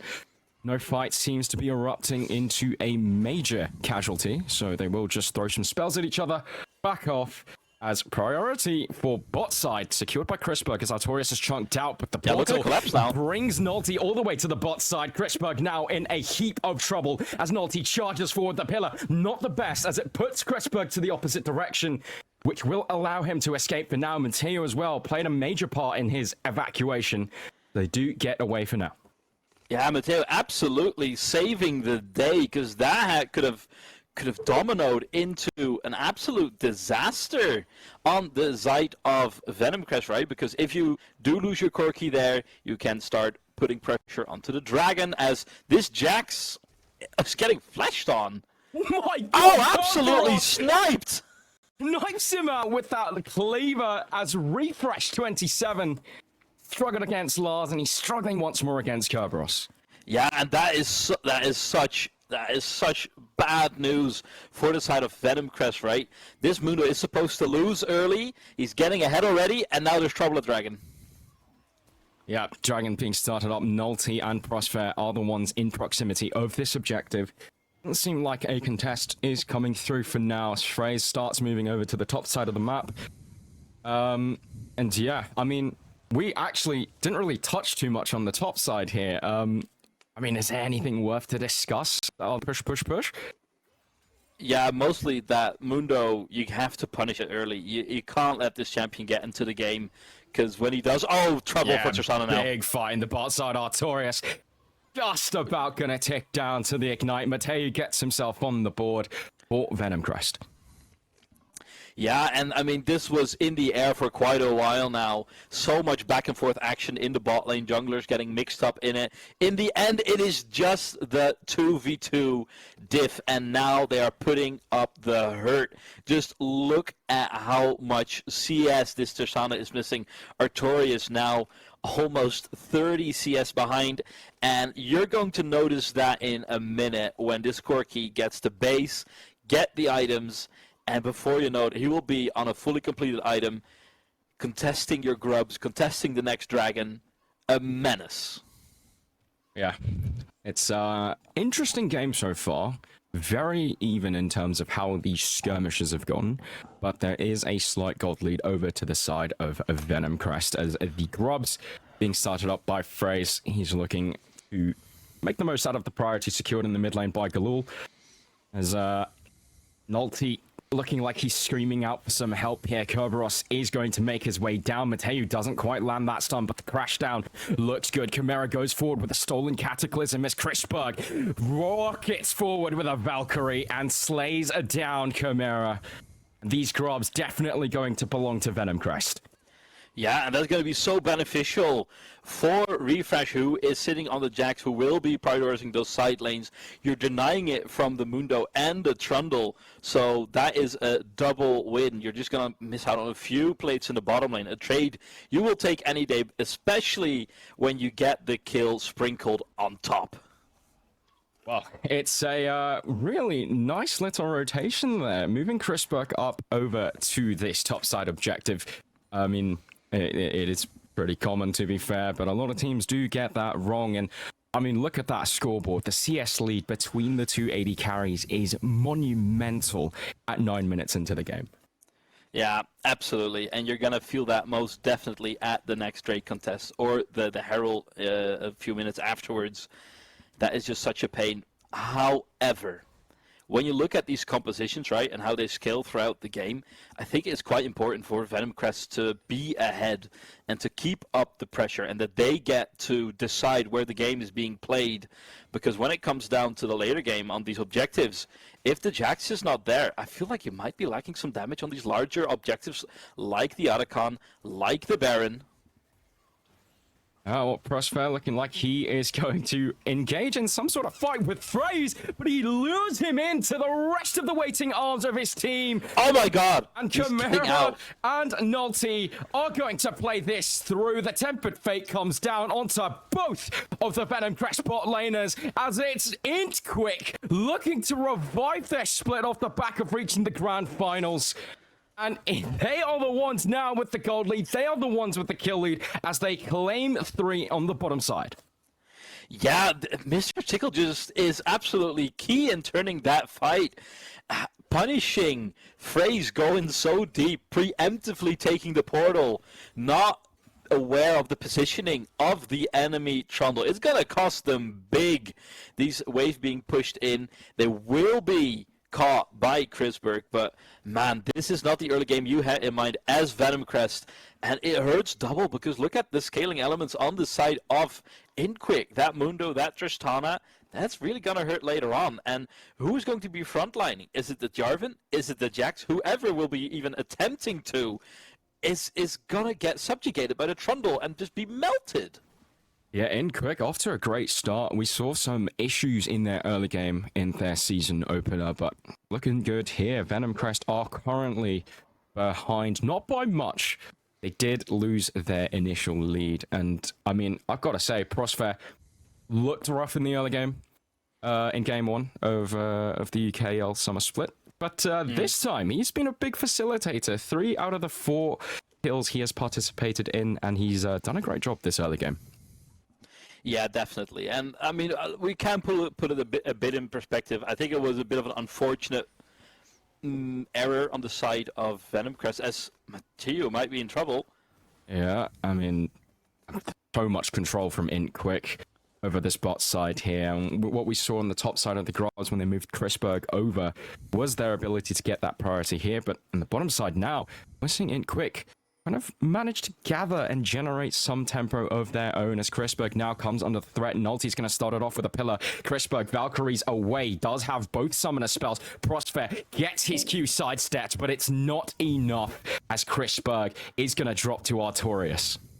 Yeah, he can't dance his way out of that one. He's getting absolutely waltzed over by the 3 of Inquick. Now, I think we can fairly say that laning phase was definitely in favor of Venom Crest. So what is the answer to that? Just don't be laning. Just be looking for these fights, picking up these skirmishes around the objectives. That is what your comp excels at this moment in the game. So play to your strengths, and it's Venom Crest who is just following and no longer initiating plays, but struggling to answer them. Yeah, they really are. Really nice proactive catch there onto Chrisberg. I believe he saw an opportunity to shove a wave, but a beautiful response. They got the Trundle pillar down perfectly and secured a kill. It will result in a Mountain Dragon picked up by Inquick, and I have to say, great early game coming out from them. I feel like I've repeated that a few times now, but off the back of game 1 in the season, this is a really, really strong look from this roster. Yeah, and just look how the tone of this game is shifting. Just take a look at the top side of the map. Mundo, who, what was it, maybe 6 minutes ago, was behind like 2 or 3 waves, is now up 25 CS. That is big, because that means that there's this toppling point where the Jax is no longer showing up the Mundo, so to speak, to put it gently, throughout the early game. If that point is being reached this quickly, that means your Mundo is online that much quicker. Now, he is getting back into lane with a fully completed item, so he might be able to go toe-to-go a little more, but just the XP difference right now is really, really hurting this lane and accelerating the Mundo. Yeah, well, Refresh does have that Trinity Force completed, and he's feeling confident to start the 1v1. Now, Kerberos has the ultimate burnt away. It's on cooldown currently, so something must have happened between the 2 top lanes for that to occur. Look at the Jax as well. Yeah, so, I mean, does seem like with that Trinity Force completed, Refresh is starting to come back into this lane a little bit. Yeah, he'll do fine. The Mundo is just happy to take those trades and regenerate quite freely, right? It's going to get even worse when he does get the Warmogs in a bit as well. Though, that doesn't seem to be building into Warmogs. Might that be the... What is it? The Blot Males Warden or something? Yeah, it could be. No, probably Deadman's played, right? With the movie scene. All right, let's stop speculating on item components. It's all good. Hey, at least it's not a mysterious book to discover a black magic and who is the Jinn. I don't even remember what that was about, honestly. As Harold is gonna get started up here, Venom Crest. They are hesitant. You can see that they are playing with some sort of caution, with some concerns with a few of the recent skirmishes, and so in quick will now try to pick their target. Galul is not going to find any escape for that satchel charge as he's going to go down. Naughty onto a killing spree as a stun up against the wall. Mateu goes and follows his fallen comrade. A shutdown does get picked up by Crispberg as Prospect takes the journey over the wall. Chimera's going to follow through with a chain lash, and Artorias picks up that final kill. Credit as Phrase trying to flash over the wall but does not get away. Inquick are dominating this game. This early all belongs to the red side. Yeah, Inquick is absolutely schooling them. That subjugate and the bar intervening there, shaking up that team fight, making it multiple picks chained together. It's masterfully executed. And just when the tide seems to be turning, it is Artorias who rolls over, makes sure that no one is getting away, and things are getting out of hand rather intensely right now for Venom Crest, who are behind 3.5k gold. Herald is still up on the map, but it won't be for long. Now, if they can chain that together with the dragon spawning in just a minute, that just unlocks the map a little more, puts a little more pressure on Venom Crest, and might put Inquick on sole point. Yeah, Inquick, they're looking good. I'm super impressed. And of course, you know, Chimera being involved in this game wasn't part of their first one. Might be the one making the difference. I do know how vocal he can be as a player back in the day, so maybe his inclusion into this roster is making that difference, that big impact that he needs to do as Refresh. Still, we are looking at this Jax. Maybe he will start becoming a split push threat at some point. But for now, what's the route back into this game for Venom Crest? Yeah, it's you gotta get gold somewhere. So you're going to be looking to trade. Spurg is getting dove on the top turret, by the way. I was watching that on the minimap and I was like, uh-oh. Just Mundo things. And while we're on the topic of Mundo, I like the way he itemized going for the hole breaker so he can match that Jax in the side lane.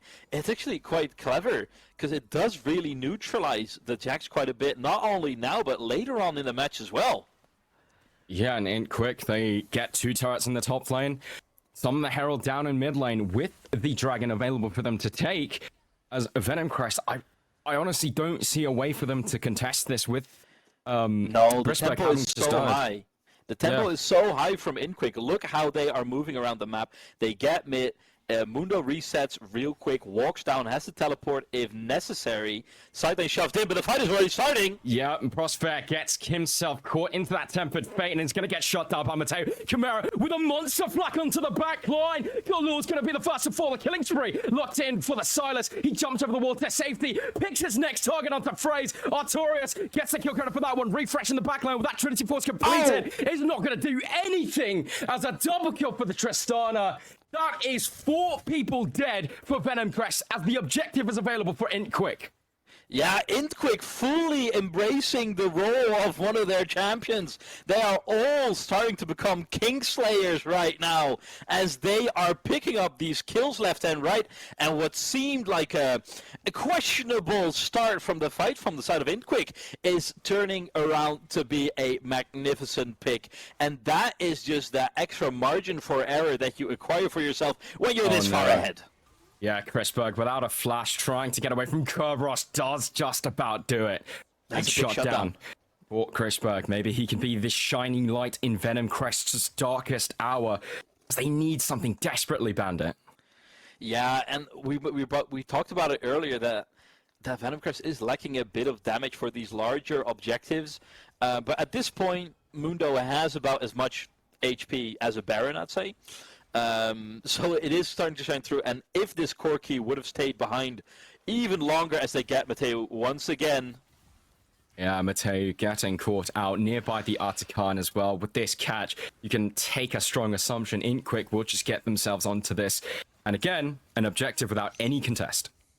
Yeah, without any contest. It is Refresh who will be getting a turret on the other side, and there are turret bounties on, so that is goal-wise not the worst play. That Artican, you were never going to get that anyway, right? Let's be real here. So they're at least getting something for it. And I do like that they are not blindly going for the Artican, only investing scared. the single member. I get scared whenever I watch Kerberos try to kill someone because, gosh, this Mundo champion baffles me. How has this been allowed to continue for as long as it has, eh? Yeah, there's a nice little term for that called fun and interactive, and that is what this Mundo is showing us right now. Some fun and interactive gameplay. On an interactive gameplay. That is the perfect description for what we are watching on our screens. Now, Venom Crest, again, it's starting to become more and more difficult for them to return to power in this game. And I just want to bring our minds back to, I guess, the first 5 minutes of this one. It was such a good look. Chrisberg was looking so strong in the Corki. And it's all kind of gone downhill from that point.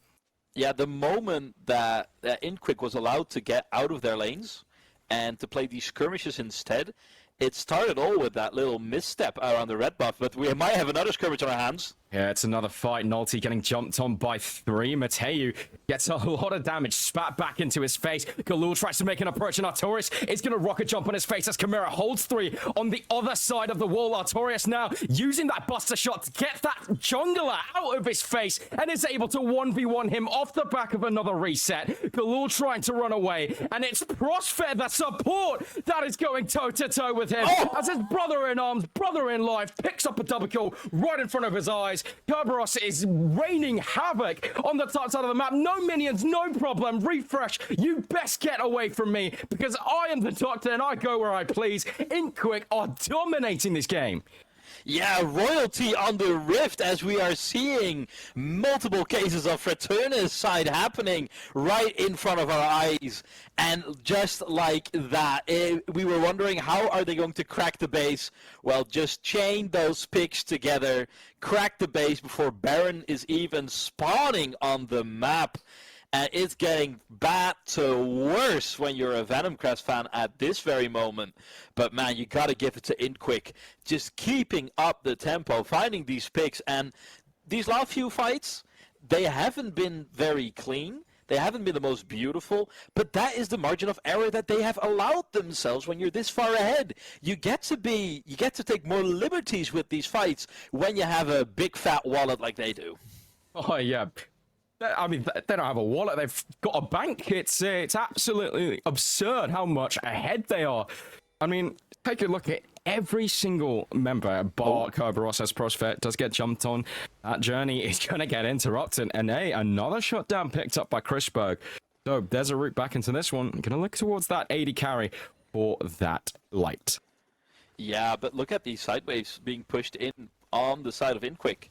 So it's just the mid wave, and you do have to respect at least some of that. Yeah, it's not much of a minion way to play with. As Nulty feels confident, he uses that subjugate, gets himself a lot of resistance as Chimera seals away the Magnet Storm, pulls in 2, and sets the tone for the rest of the team to run through Venom Crest. Chrisberg gets soloed by Nulty, as it's no longer a fight. This is just a one-sided affair, and it is all Inquick at the helm of success. Fraze will have to get away. It's flashed in response by Kerberos. And I think this jungler has no more life. Venom Crest are running out of options as Inquick get an ace. And the Inquick team might have some new names, but the mission remains the same. And they seem dead set on accomplishing it, doing it in style at this very moment as the soul is spawning in just a few seconds. Mr. Tickle has to be making his way down to the Cloud Soul. Everyone from Inquick rallying around the Soul as the side waves are already pushed in. And acquiring this Soul is going to make it even worse. They don't need it, but they're definitely going to get it as the rich get richer. Yeah. Hey, heat's turning on. Heat is all over the shop in the summer.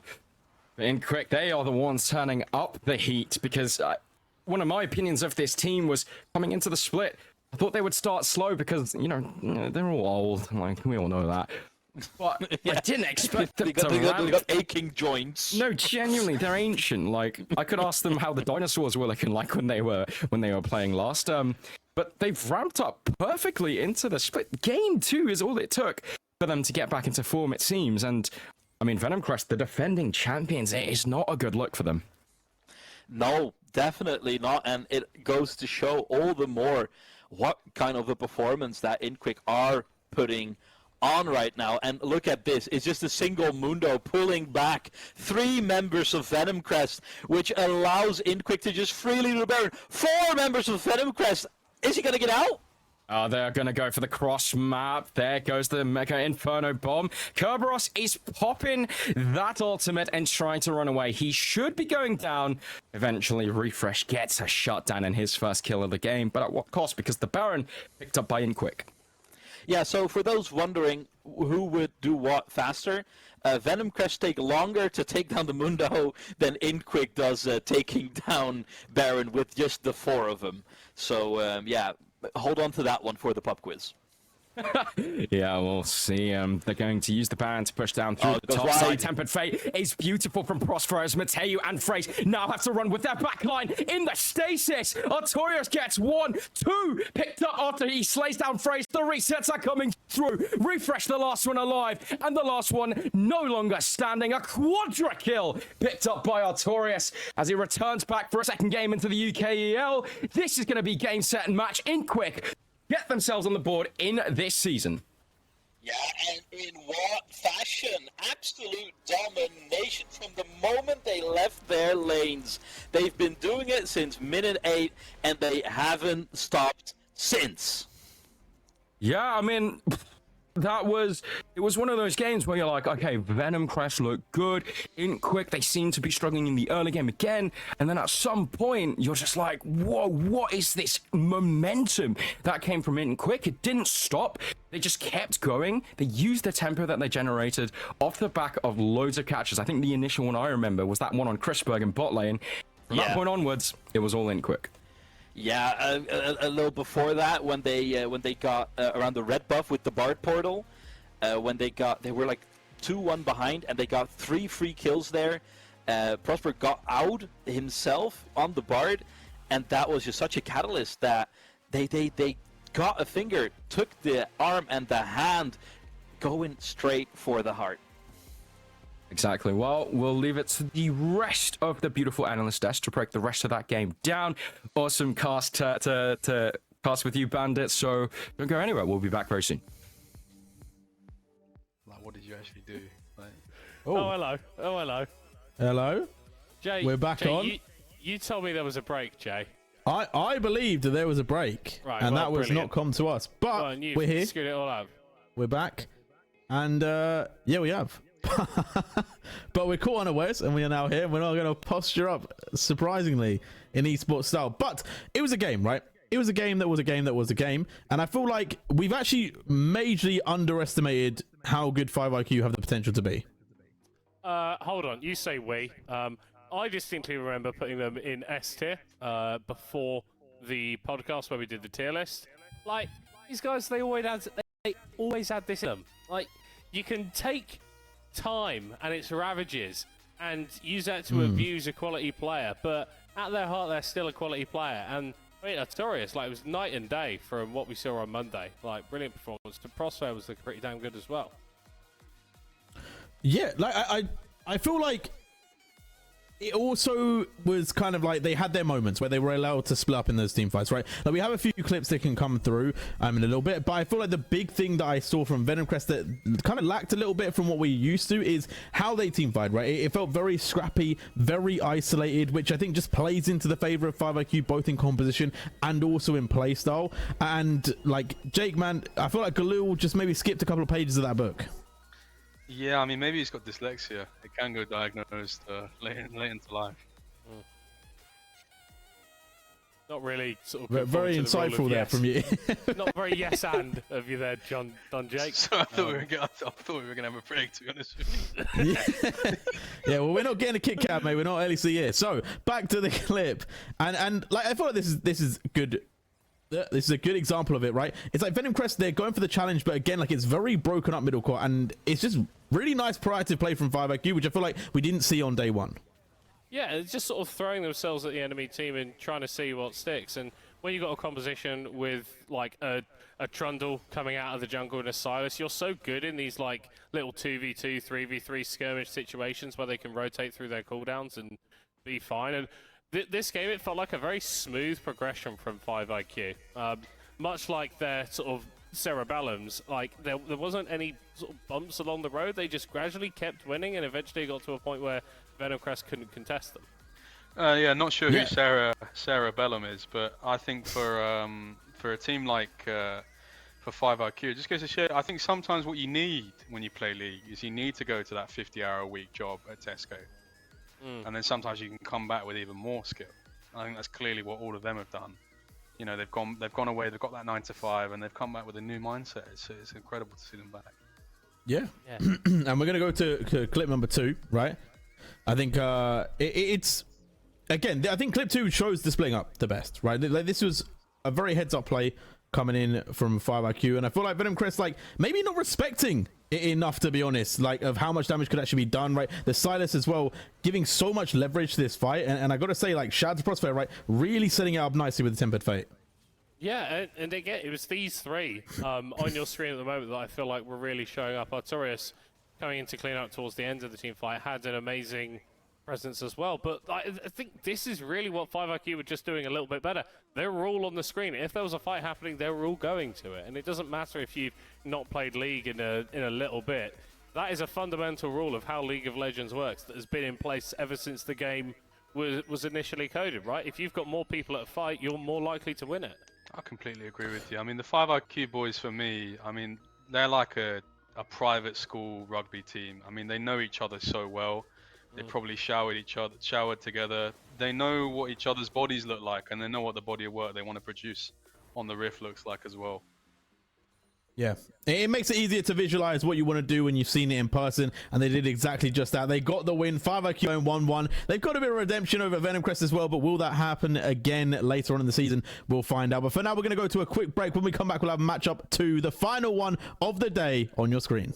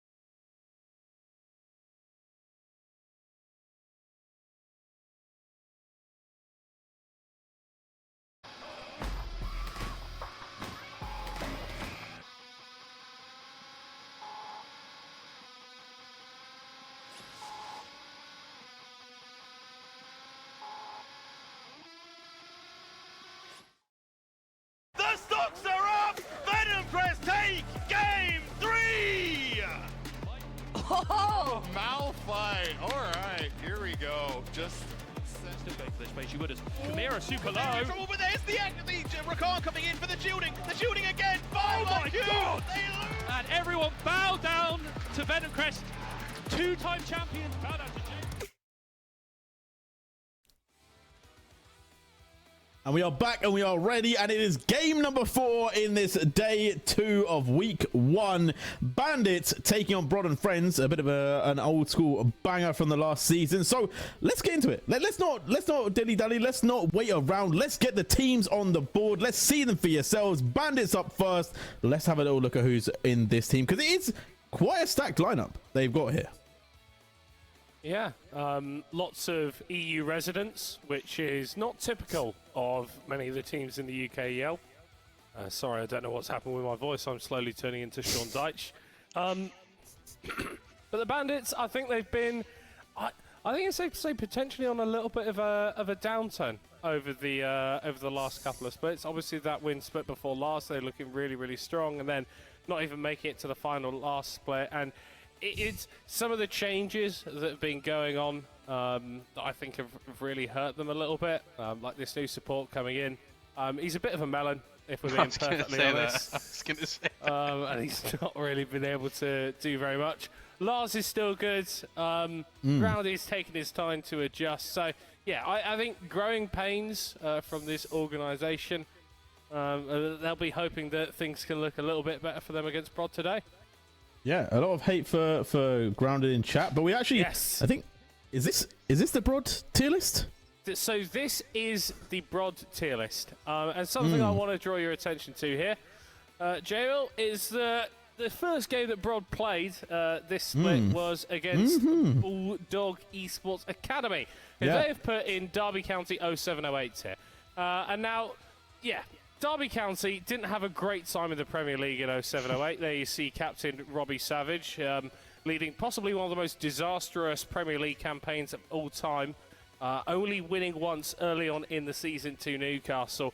And the Broad Friends placed Bulldog Esports Academy on that tier and then lost to them, which is pretty worrying. The thing is, though, Robbie Savage on his day was world class. It's a niche reference for anyone out there who watches Match of the Day. But I gotta say, like, hey, if we look at the last split, Bulldogs, maybe they were. But this is the team, right? Broad and Friends coming up once again. I feel like faces that we've known and seen for a very long time. And Jake, I'm sure you got a story to tell. Yeah, Porp, I mean, he knows me. Anyone who remembers, actually, we tried out for Bulldogs years ago, both of us at the same time. Played Nunu against him. I can't remember, he played Scion Jungle. Absolutely gaffed him, so he knows what it is to feel defeat at my hands. I don't think he's ever really recovered since then, to be honest. No. Well, the thing is, he's also got experience being on a dreadful NLC team, so I feel like that's something that you two can sort of bond over as well. Yeah, absolutely. It's a real stinger right there.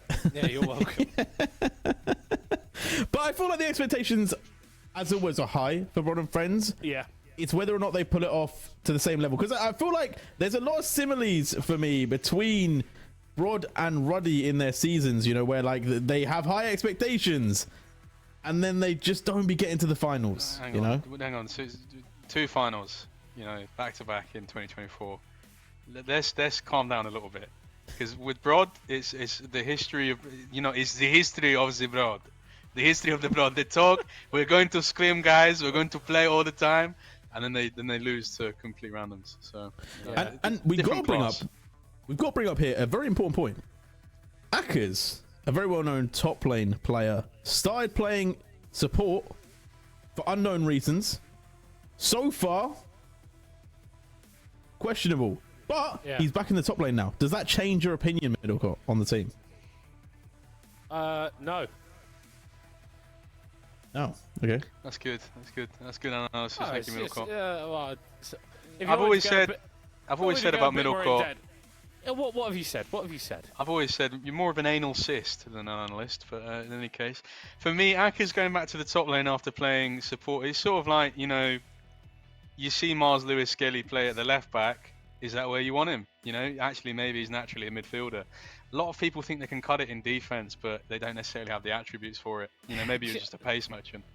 you know, it very much feels to me like an inverse of James Beattie's career, you know, where obviously he ended that playing, he was the player manager of Accrington Stanley, and I feel like that's the support position where you're a little bit divorced from the game. You're not necessarily giving it 100% on the pitch, but you've got a bit of an overview. But then, of course, when he was playing in the Premier League for Southampton, he was dynamic. He was a constant threat in front of goal, and I think that's what Aka's in top lane is. I think realistically, sort of can relate to Nar as well a lot. It just felt like he was a striker from the Premier League or any successful club, and then went to Chelsea. You know, and like that's kind of just the difference in pace and setting that I feel like happened. But he's back, so he's gone back on loan. We'll see if he is able to make things happen. And obviously against Lars, which is a very, very feared player by a lot of people in this league, right? People talk about this player being 1v5. They talk about how dangerous this guy can be in laning and in team fights. Like a very respected top laner. So I do feel like Aka's has a bit of a tough matchup today.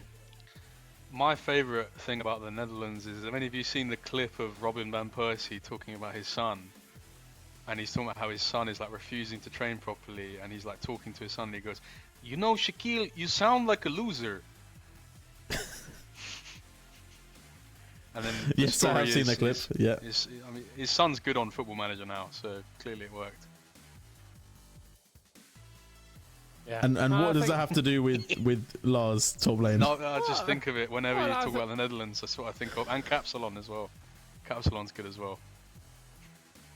Yeah, well, I think Capsalon, I think is a good one because like it is originally sort of Indonesian in its origins, and Bandits are.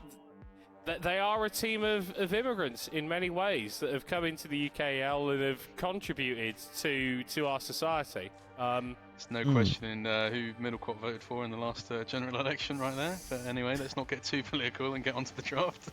Yeah, onto the draft. We had the Fiora band away. I think there's a lot of respect shown to Lars there. We got a couple mid laners taken out as well, as we do see a bit of targeting across the board from Bandits there, taking out some of the early game at junglers with the Pantheon. Obviously, was pretty good for Porp in the last season, and then Renekton also removed with the Syndra. So, with that being said, a little bit of early game, a little bit of flair. We're going to get the Xin Zhao to kick it all off.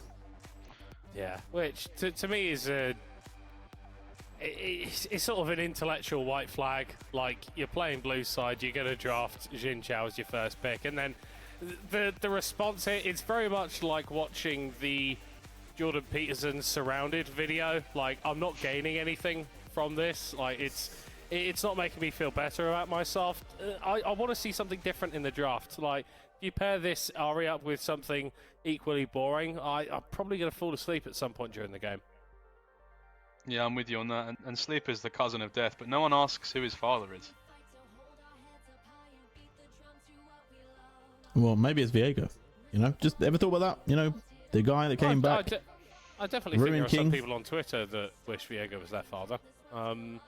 Speaking about sort of fathers, a champion that doesn't have parents, Annie. Yeah. Locked in the mid lane here. Yeah.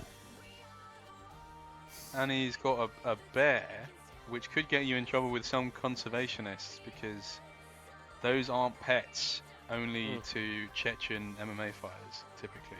And she is burning down the forest as well, so it's a bit of a double. Which happened in LA recently. Yeah.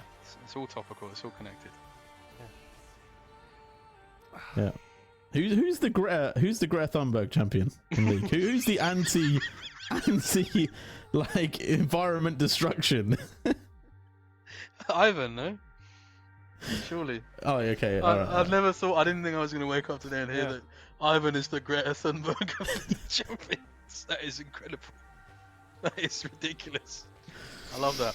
But no, for me, to bring it back to a sort of a temporal reality, so to speak. I think the blue side composition, what they have right now is synergistically, they've combated and aligned things of a volatile nature. We're going to be able to look towards the team fights, pair up some of these ultimates together. They're looking for what I'd like to call, well, I wouldn't know what to call it actually. The concept of which I'm trying to describe doesn't exist yet. Yeah. I think you're looking for a wombo combo, but at the moment in time, right, we're gonna take this one back a few steps. The Mundo going to be banned away, the Gragas and the Tristana gone. The Alistar, like Ro, obviously giving a lot of engage options here. No ADCs have been locked in at this moment in time, and top lane is still very much on the board, Middlecourt. Yeah, well, they're probably going to lock in ADCs and top laners in these last 2 picks. That's generally what we see teams do. And the Bandits... Well, you never know. You could get Yasuo bot lane. Yeah, no, that could happen. Thank you for interrupting me. So what they've got here is a nice, like, sort of reset-based composition. And the issue with those is sometimes they actually become reset cringe compilations. Because if you don't get that first kill in a team fight, then things tend to go very, very poorly for you. And I think, brother friends, you've got that Xin Zhao who is going to be able to buy a load of time. I don't know if you're cutting through and quick enough for Lunkerford to get that reset and then start taking over team fights like we know he can. I think the thing is, everyone talks about who's the best ADC, who's done the best with ADC. Some people say Ruler. No one ever talks about Agrippa, because in terms of, you know, in the period of AD, when you talk about the seas, he was one of the best naval commanders ever during the Roman Empire. Yeah, and I think you really sort of need to be looking at Admiral Yi, representing the sort of Korean peninsula in that sort of stroke as well. And Is that how he died? What do you mean? How he died? Stroke. A stroke. I don't know. I think it might have been engaging the Japanese in naval combat. But I think you're missing. I think you're missing the point of having the captains here, right? If we go back to an old clip of Don Jakes himself talking about Mr. Brown missing the wave, the lifeguard could have seen that wave was coming in. Maybe we need a captain to steer this ship, and maybe it's got to go down to the gangplank. Well, you can be in litigation. You might have to tsunami. But for me, these 2 last picks, the Jin and the Shen, this really is the icing on the cake. This is the... I mean, you wouldn't want a ribbon on the cake, but if you were to put a ribbon on the cake, it might keep it together, I suppose. I'm not sure why you do that, but it is keeping the cake together for me. But if we're going for icing, are we not thinking more Lysandra? We're not thinking more like the Anivia? Like, they're going to go for the Gwen, so they're going to cut your cake, but they're not going to ice it up. Yeah, and I think scissors are a poor implement for cutting a cake as well, because you've got the sharp edge, but the need to sort of operate them within sort of 3-dimensional space, I think it limits their application in terms of cakes. Rod and friends, I think they've followed up their initial rotation with some decent enabling picks. You've not got anything that can really deal with a tank, but fortunately you're not really playing against a tank. The Bandits, I think they're indexing a lot more into the pick with this Varus coming out from the ADC pick, and then they're giving Lars the Gwen, which is something that is always going to be strong on side lane. Bandits, they like playing these sort of 4-1 compositions, and I think that's what they've got here. You've got pick, you've got engage, but you've also got safety in your 4-man squad, and this Gwen, she can either take down towers, or she can take down enemy team members on the back end of a team fight. I feel like compositionally, I feel like Bandits, they've been sewing together something quite nice, and they finally made the needle work, right, with that Gwen pick, right? I think the Scion is in danger here, could be in a bit of jeopardy, and I don't really know if they're going to be able to hold up. You said about buying time, and they definitely could do that, but I do worry about the fact that there is so much explosive engage that could come out of Bandits, and they might just steal the whole game away, Jake. Yeah, I mean, lots of people try and find needle in haystacks, to no avail. My solution is send the drug addicts. But Mundo's banned. That is true. You must be mates with Mundo, because you're a pharmacist in your real life, aren't you? Yes, I am. Yeah, that's definitely chilling with. How do you sort of morally justify giving him like all the medical equipment that he possesses when he's clearly hurting people? Well, you got to make sure that it's clean. He's not hurting himself. You know, that's important. It's a moral obligation. Prevention is better than cure, as they say. You know, many bad things out here. Never listened to any albums by Prevention, so I wouldn't be able to sort of give a valid answer on that one. But I'll take your word for it. I reckon Orn likes the Smiths though. We gotta go back quickly to kind of who's gonna win this game, right? Broad, they heard your anecdote earlier. They were listening in to the story, and they decided we're gonna do some bad things with a book, and we're gonna bring in Jin. But they maybe have brought the wrong Jin to the fight, Jake. So I don't know how you make of this one. I think for me, Broad is an organization that, I mean, it's been so many years now. When are they going to start taking it seriously? Yeah. You know, these are a group of players I worked with before previously on the Ruddy Painkillers. That DNA it still exists, and I think for me, to get personal, their biggest problem is they know how to talk the talk, but when it comes to crunch time, there's a lack of fiber potentially. There's a lack of men in the battle. How many times do we say that we go through life, but how many times does life go through you? You know? Yeah, I think there is a. I think potentially you can view the fate of this Rob roster as a damning indictment on the government's sort of policy regarding free school lunches, breakfast clubs. With you there. They're not getting their bran flakes. They're not getting the intake of nutrients that they need. Yeah, I mean, it brings me back. I remember I had this kid in my school, Pike Main, called Brian, and he got done in year 9 because he was stealing the pizzas they had at break time. And you know, you've got to ask why was Brian compelled to do that? Why is Brod compelled to be the way they are? Like, why do we do what we do? I think you do start getting into sort of wider discussions about determinism at that point then, and the nature of free will. Like, ultimately, we are biological computers. We receive inputs, we produce outputs, and ultimately, all of those are going to be predetermined based on our circumstances. Maybe it's just the role of Brod and Friends within our universe to come in arrogant, braggadocious, but ultimately unsuccessful when it's all told. Does the league need a character like that? I would say yes. Does the league enjoy having a character like that in it? I would say also yes. So really, the result today doesn't matter because we know at the end of it all that Brod will disappoint us. But we can find solace in that because the fact that they disappoint us means that we cared, mean that we felt something. People often don't remember that, like, sort of to be a semiotic signpost is to be a guidance towards a destination, and perhaps the journey that we shared with Brod was the friends we made along the way. Yeah, well, it's not going to be the well, journey will they be itself. there for you? That's the big question. Are Brod going to be able to pick up the win here? We will find out. We're going to throw this one over to the casters. Bandit and Sovanix, over to you.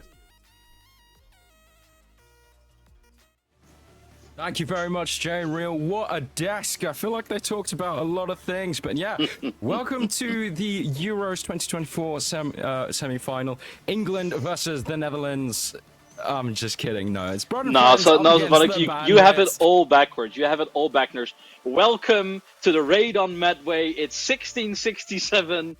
It's the last victory I can remember of the Dutch over the Brits. So maybe, you know, I'll take you back to good old 1667, huh? Yeah, I mean, not many people are alive. That's I probably know. Exactly, we're deadly. That's how we do it. That is. Yeah. No, I respect that. But yeah, okay. So the draft. I feel like it was ages ago since we last saw the draft. But what can you expect coming from these two teams? I think you're a Dutch person yourself. Talk to me about some of these Dutch players. Yeah, I think it's just an absolute joy to see some more Dutch talent making its way outside of these Benelux borders. As the league has been changing, it has been coming up a little more.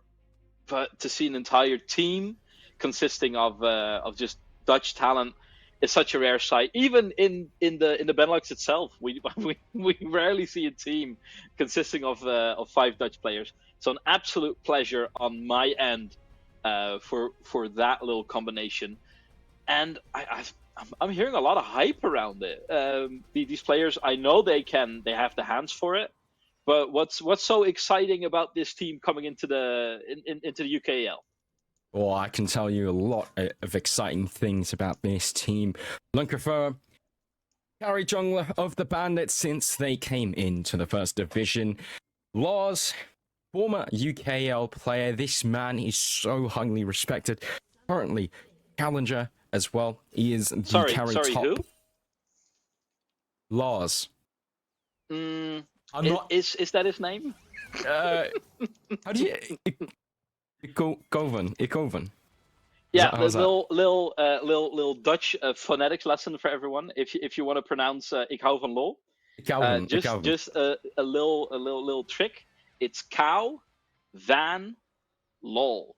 And then before the cow, you put a little I, as in charismatic, which turns into ik hou van lol. Wow. And now... That's great. You're fully fluent in Dutch, pretty much. Thank you. Well, whilst I did learn some Dutch today, I think Mr. Ikauvan needs to learn how to buy some items. He is currently out of base. no items to start the lane. Yeah, so... that is the Dutch classic. He goes to top lane to pick up the items there. Then he will go to the red buff and sell them there for a profit, and then he'll buy a jungle camp and then sell that in base and little trading joke for you there. I'm sure they'll be fine. This is an absolute disaster, and I don't think he has noticed still, and that's gonna cost him his TP for sure. When is he going to notice, Lars? It's an absolute disaster. I mean, he's holding up for the moment, but you gotta have to think that someone's going to ping him real shortly, right? Yeah, you'd think so. I mean, Lars probably has already figured that out by now, and Caveat Vampire forced to blow the flash already.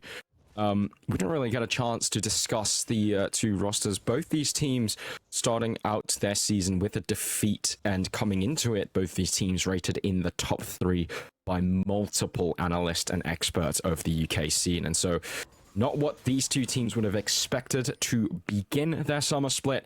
But, well, one of these two teams are guaranteed to win. Just depends which one. So who do you think is going to take this stop? Yeah, I mean, it's a tough one to call right now. I think probably whoever buys items is going to win this game. So, oh wait, no, it's a level playing field once again. So we're good for the moment. Yeah, that is a bit of sloppy start, losing your flash on the Varus as well.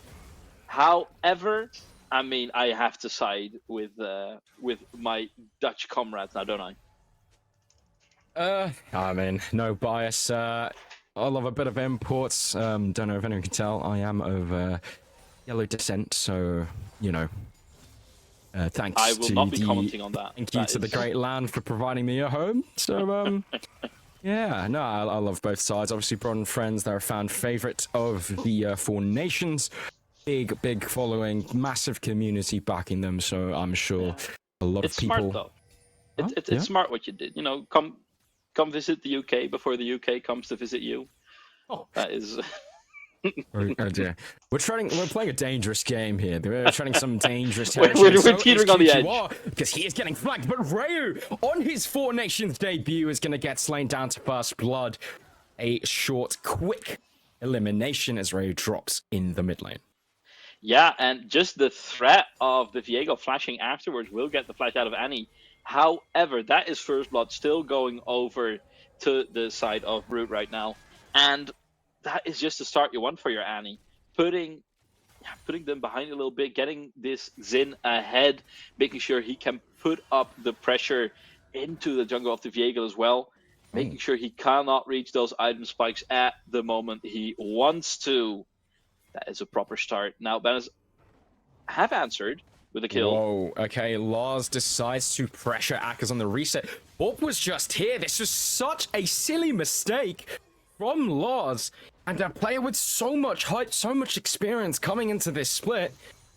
That is an error beyond what we expected of this player. Yeah, how does it stack up against not buying items at level 1? Is it worse than that, or I guess so, because you're giving gold over right now. And it's not the best of starts. Bandits, they did come into this split. A lot of people rated them extremely high. Had a rough game against Venom Crest. This one hasn't started out any better, really. Porp is currently sitting at 2-0. What was missed off camera was Rayu did TP back into the mid lane, and Lunkafua helped him kill in mid lane. Kill credit over to the Viego, of course. So it did cost a flash. That will help things a little bit. But first objective on the map. Who do you think should claim this? Well, I think it's real easy. The Sin's out is 2-0. As simple as that. However, the Viego, and then missing the knockup now here as well. So if you get chunked out here, that might just be the Dragon going over. How are they supposed to contest? Well, it's being traded back on them. Not poor at all, but this Varus is getting low on mana. Yeah, and Ak is actually pressuring Lars out in the top lane. A 2v2 going in favor of Caveat Vampire and a Werpus in the bot lane. The Bandits Look at these junglers. They're both coming down. Yeah. Bandits will have some priority for now, but Porp is here. Flash available. Lunkerfer flashes down. A flash crash down by Zeta is going to get the kill onto Caviar Vampire. As Lunkerfer is late to this play, the counter gank was unsuccessful. Porp was just way faster on that play, and Spark picks up a double kill. The Dragon available for Brod and Friends as a solo kill in the mid lane. Rayo in the counter matchup on his debut picks off a UKEL great in QQR. Yeah, and that after giving over first blood himself, that does make it a little right. However, the bot lane play, there was a lot of invested, a wave going awry. The flashes, they have been invested from the side of Papa, and now it is the Dragon being started off by the Bandits, and that is quite surprising after how that play went in the bottom lane. However, you have to imagine that they will be answering this for the Grubby spawn in just 50 seconds. Yeah, well, Lunker and is Zeta's being set up as well. Yeah, we're seeing in the mid lane, Porp looking for a gank onto Rayo, but rushed down. A bit too close to his turret, so I don't think they'll be able to find anything as bot lane. Awareness gets a headbutt pulverize onto Spark. But he's actually eating a lot of damage here. We'll be stuck in the bot side for a while with this HP. And this is going to be tricky. Look at the jungle. Look at the jungle. It's being proxied by Akatak. Zin's out in there, and Gwen is in no way near to even help out. Ryu, not close either. And that is the red buff missing out. And he's got to be careful. If he gets taken down here, it is currently 2v1. Yeah, we're seeing the top lane Akers starting the proxy farming. He's 20 CS ahead of Lars. Started. Yeah, Grub's being started by Porp as well. I'm super impressed with how Akers has contained this powerhouse top laner that Lars is. He's definitely been the better of the two, of course. Let's not forget, Lars did start the game without any items, and maybe that was the major factor for that. But the bot lane, as you said, struggling right now. Lunkerfer starting his path towards that lane with up on the top side Grubs. There is no defense here for Brod and Friends as QQR gets comboed up by Rayu. Spirit rush forward, and that's another kill in the mid lane. QQR has died 3 times in the early game. Yeah, capitalizing on those flash timers to the absolute maximum. Getting some of these camps back as well means that Lunkerfer is fully back in this game and actually a little bit ahead right now. And when you look at the grand scheme of things, the Bandits have actually fought their way back into this game quite impressively, despite Lars still being a ways behind. Yeah, I mean, Bandits are themselves into this game. I think Brod and Friends kill score was at 4 and 2 at one point. They were looking like they were taking good control, but I loved what Lunkerfer did here. I mean, Zeta's looking forward. Great flash by Caviar Vampire. Deadly Flourish doesn't land. Awerpis holding on to that unbreakable will as he does eventually pop it. Akers is down here with that Scion ultimate, charging down his opponent. Spark goes onto a killing spree. And Brod and Friends, they regain control of the map, regain control of their momentum. Yeah, but that is a whole lot invested. It is Akatak invested, and they're not done yet. Yeah, they're not done yet. Akers is staying down here in the bottom side. QQR is going to send a teleport into the top lane to protect the plates. But Akers is going to be stuck down here in the bottom side. Spark and Zeta looking for a reset. Lunkerfer looking to stop them. And will do so successfully, forcing them all the way back and wasting a lot of time. Because look at the mid lane. Rayu just getting a free push. Look at his farm. He's 20 CS ahead of the Annie.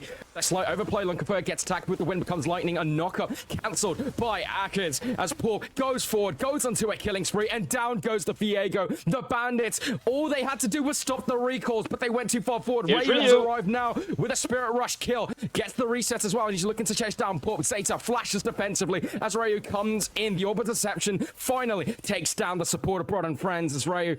What a debut this is coming out to be. The charm lands as well. Triple kill for the Ori in the bot side. Yeah, and it is Brod and Friends who are just over-forcing on the play, and the Bandits are ready to punish hard. Not only getting the push in mid, denying all that farm, getting the plates, forcing the teleport out of Annie. They get the kills in the end as well. And bit by bit, Bandit are finding their footing in this game And once they have found solid ground, they are looking to take off.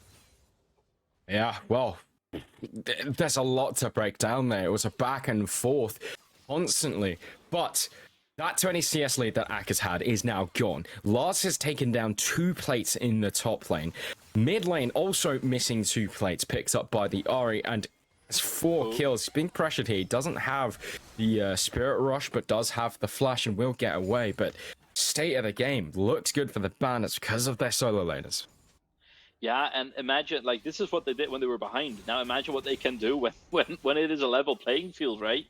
And these investments from Blue side are just not really paying off. Every time they invest 2, 3, 4 members, the payoff is either only so-so or it's being traded back on the map. Yeah, I mean, despite Lars picking up a lot of gold in this downtime he had, Ak is just going to return to the top lane. Does have a completed item, great use to wave clear and to defend himself against the Gwen as well. So Sion will continue pressuring this top lane, seeing some action, pings going down towards the bottom side. Dragon being started up by Porp as a lot of people congregating in this tri-bush. There is vision there, and they are going to start to clear that out. Bandits making their way into the pit. The Dragon has reset. Both teams very hesitant to start this objective.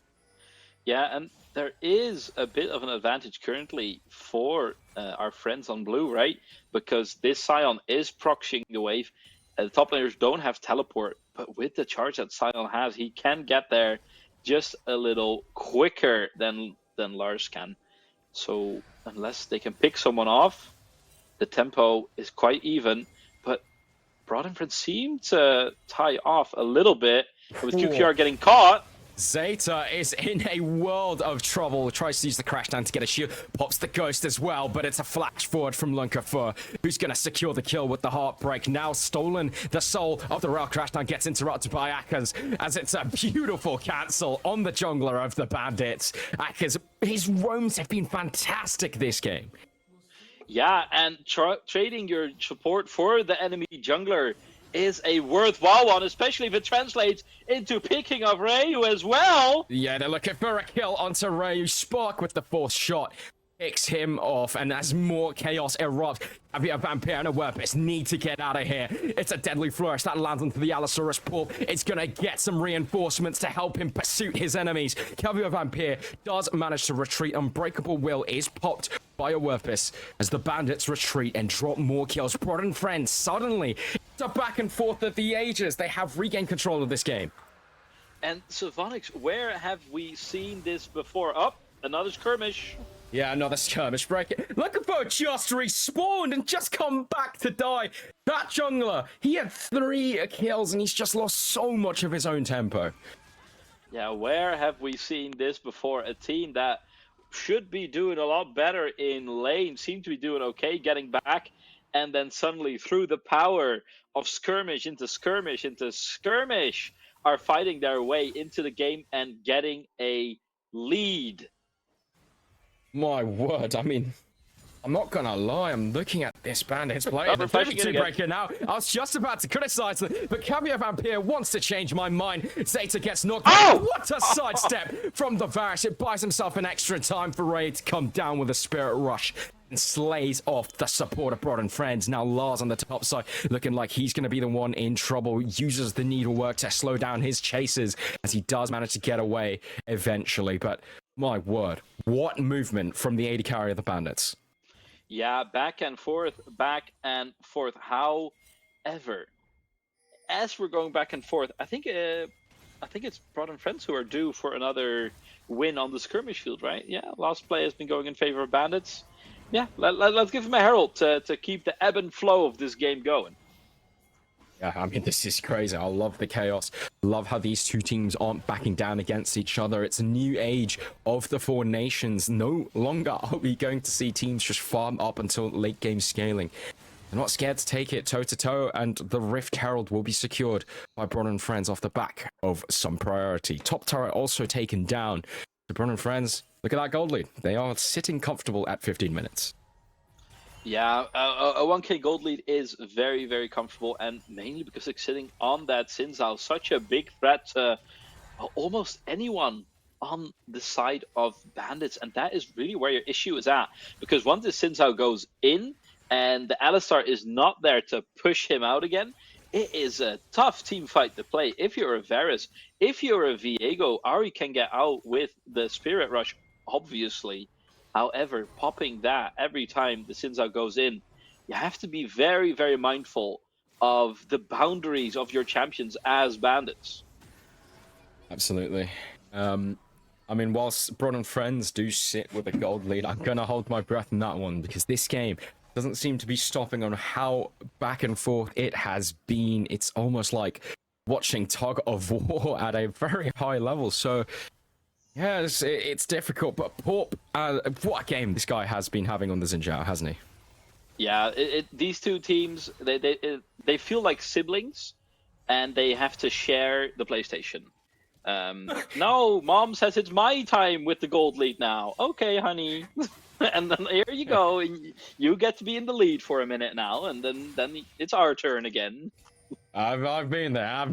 That is a nightmare situation. Always when you're the younger brother, you just never win, because you know, he just like flicks you on the forehead once and then you start crying. But then you get the parents buff, so you're all good.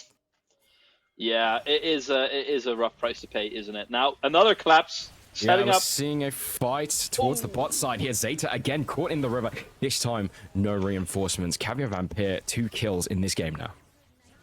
Yeah, the timing a little bit more convenient than last time, as Dragon is still a minute out, which does allow for some side waves to be pushed in.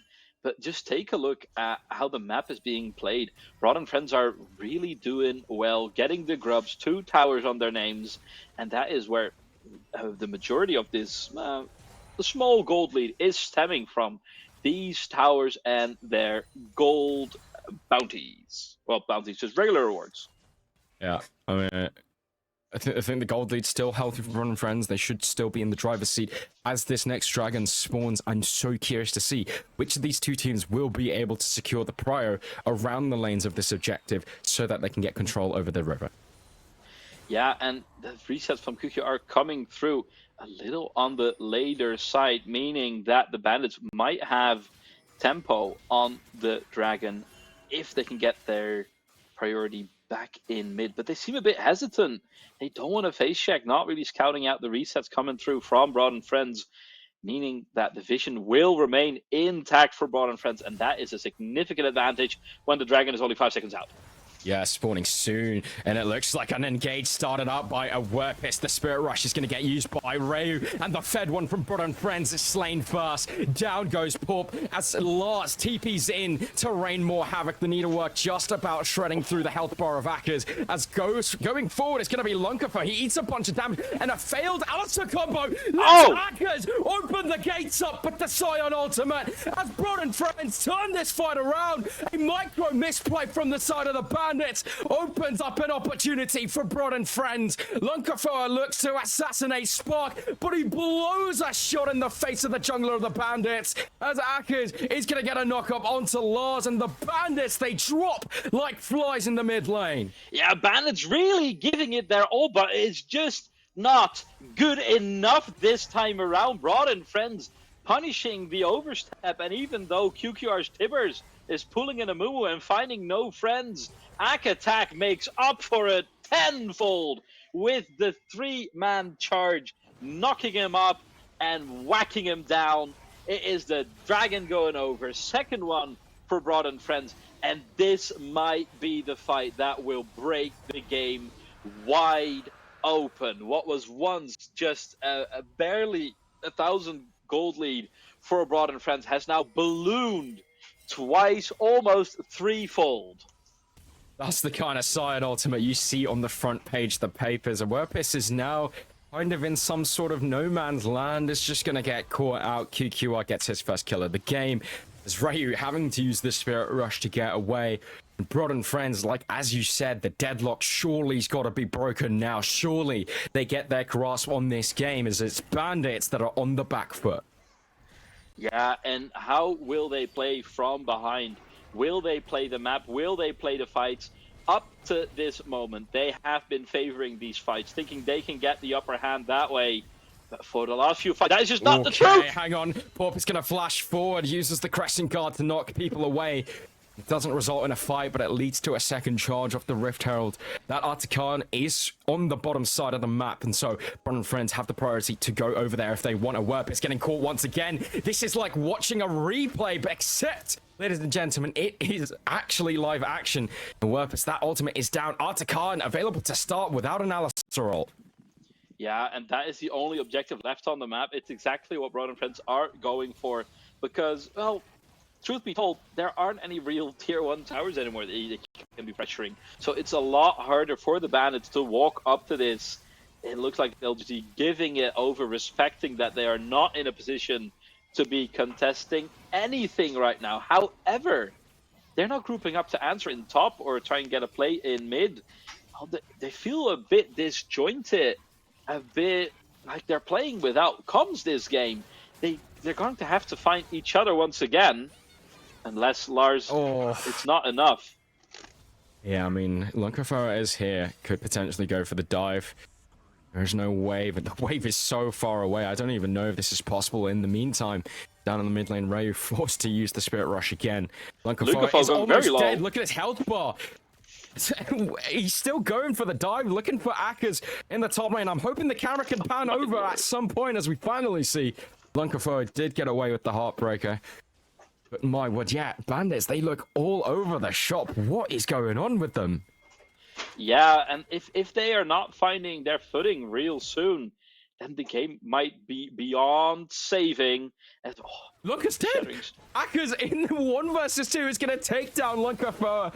And with Spark coming around the corner, it is a killing spree for this Jhin. Top lane turret available to take as well. This is starting to become a dominant game. Yeah, and Bandits are just making a little mistakes that are just being punished the moment they are showed towards Bron and friends. This is not the type of team that you can afford to be sloppy against, and they are proving it right now. Yeah, Werpus getting caught again on the Alistar, does get the headbutt, rocking the ice on the ground, but I mean, this Alistar is running out of options to escape here. He is a tanky cow. Let's eventually get away, and Caviar Vampire is going to have a chance to open up. Lethal Tempo stacked and an arrow into the heart of Spark. So that's a beautiful shutdown for the Varus, but a crash down from Zeta turns it on its head. Lunkafo is going to get a reset onto the rail. QQR comes in, drops the timbers, and immediately gets blown up by Lars. It's a reset city for this Viego. A double kill locked in, and there it is. The back and forth return because Bron and friends make a mistake towards the top side. Yeah, once again, it is Bandits' time to play with some extra gold this game. It is Bron and friends overstepping this time around. Now, they are not behind just yet, but this is bringing Bandits back fully into the game. And with Dragon spawning in just 50 seconds, getting all this extra standing gold on the map, this might be the little injection that the Bandits have been waiting for. And this next team fight might be a whole lot closer than we've been seeing thus far. This was a major situation. Look at the map. Camps picked up by Lunkafo. Horret's picked up by Caviar Vampire in the mid lane. Shutdowns as well off the back of many of those kills. And Bandits, look at that gold lead. They are currently ahead in gold. It's their turn, Sophoenix. Yeah, it's literally their turn, and I'm curious to see what happens in this next objective. Yeah, who will be overstepping this time around? Yeah, we'll have to wait and see. Lars is going to start the fight out. 2-man stun from Zeta as he runs away. Chain of Corruption tags onto QQR and a 3-man headbutt pulverize from a Werpus as Porp is the first to fall. The jungler of Bron and Friends is out, and Bandits will have control over this objective. Bron and Friends not looking like they want to leave the area for now. They want to contest this and make sure they get soul point. Akkers looking for a knock up into Rayo as the Spirit Rush is down. Lars on the objective. Lunkafora has the smite. A brilliant engage from a Werpus, but a Great turnaround. Spark picks up the kill onto Lars. Akers still staying alive. It's a reset for Lunkafora on the Annie as Spark and Zeta overstay their welcome. However, it's a 1-for-1 trade, a 2-for-1 in favor of Brother Friends. Oh! Spark is sniping out his opponent. A quadra kill picked up by the Jin. Rayu's looking to run away. Could this be a penta? Deadly Flourish doesn't quite finish off the kill. As Spark is looking to chase this one down. The minions will secure it. It's a penta kill for Spark. And man, just when you thought you had figured the game out, the first team to overstep is the team that gets punished. Rod and Friends turn it on its head once again with Spark's pentakill, pulling the game back in favor of Rod and Friends. It's Bandit's turn in the lead, short-lived, as Spark makes sure that it is the Friends who will be pulling back again.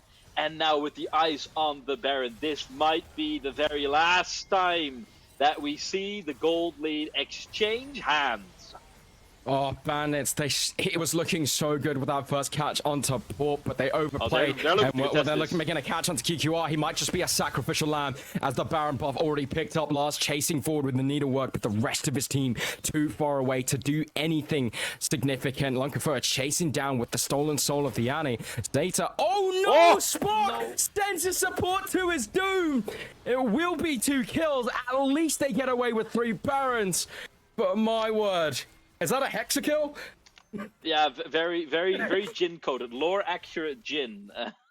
True, that is very low accurate Jin. Hey yo, send that to Synapse. That was fantastic. I'd love to see that again.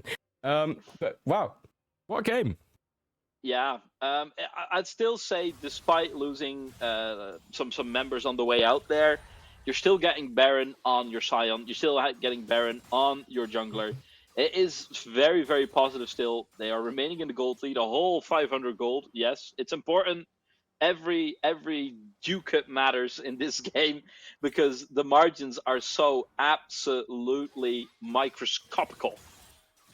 Yeah. This is such an interesting game. That gold lead has shifted back, and I keep saying that phrase, but it really has. It's been the narrative throughout this game. Both teams still looking for their first win in the split. And I mean, this next objective, how important is this? I mean, it forces the next team into a fight, and I know we haven't been seeing a lot of them. Dear. Yeah, Pop goes for a face check in the waiting arms of 4 members of the Bandits, and it should just be a free catch. The Crescent Guard kept him alive for a while. The jungler goes down. The Dragon, he will be up for it, because it only spawns in 2 minutes, but we'll see what Bandits do with this kill. Yeah, can they get some vision down as being sidestepped left and right? Yeah, this is a Alistair ultimate being used early doors by Owerpis in a situation where they did have numbers advantage, so some scares there. They're looking for a catch into the mid lane. Yeah, they do have flash. Yeah, Lars going forward. They still have the numbers to play with here. They are still hesitant on that. There is a Baron, so don't want to risk anything. Yeah, and just being here and getting vision down into the jungle of Rod and Friends is already quite powerful. Look how aggressive they are with these sweepers, these scanners, making sure that they can push back this vision from Bandits as much as they can. However, currently vision contested. Resets coming through. And let's have a quick look at the items before the next big fight. We have a minute left, and this Varus, despite a proper performance in these fights, a full item behind. How are you supposed to compete with someone who has 12 kills?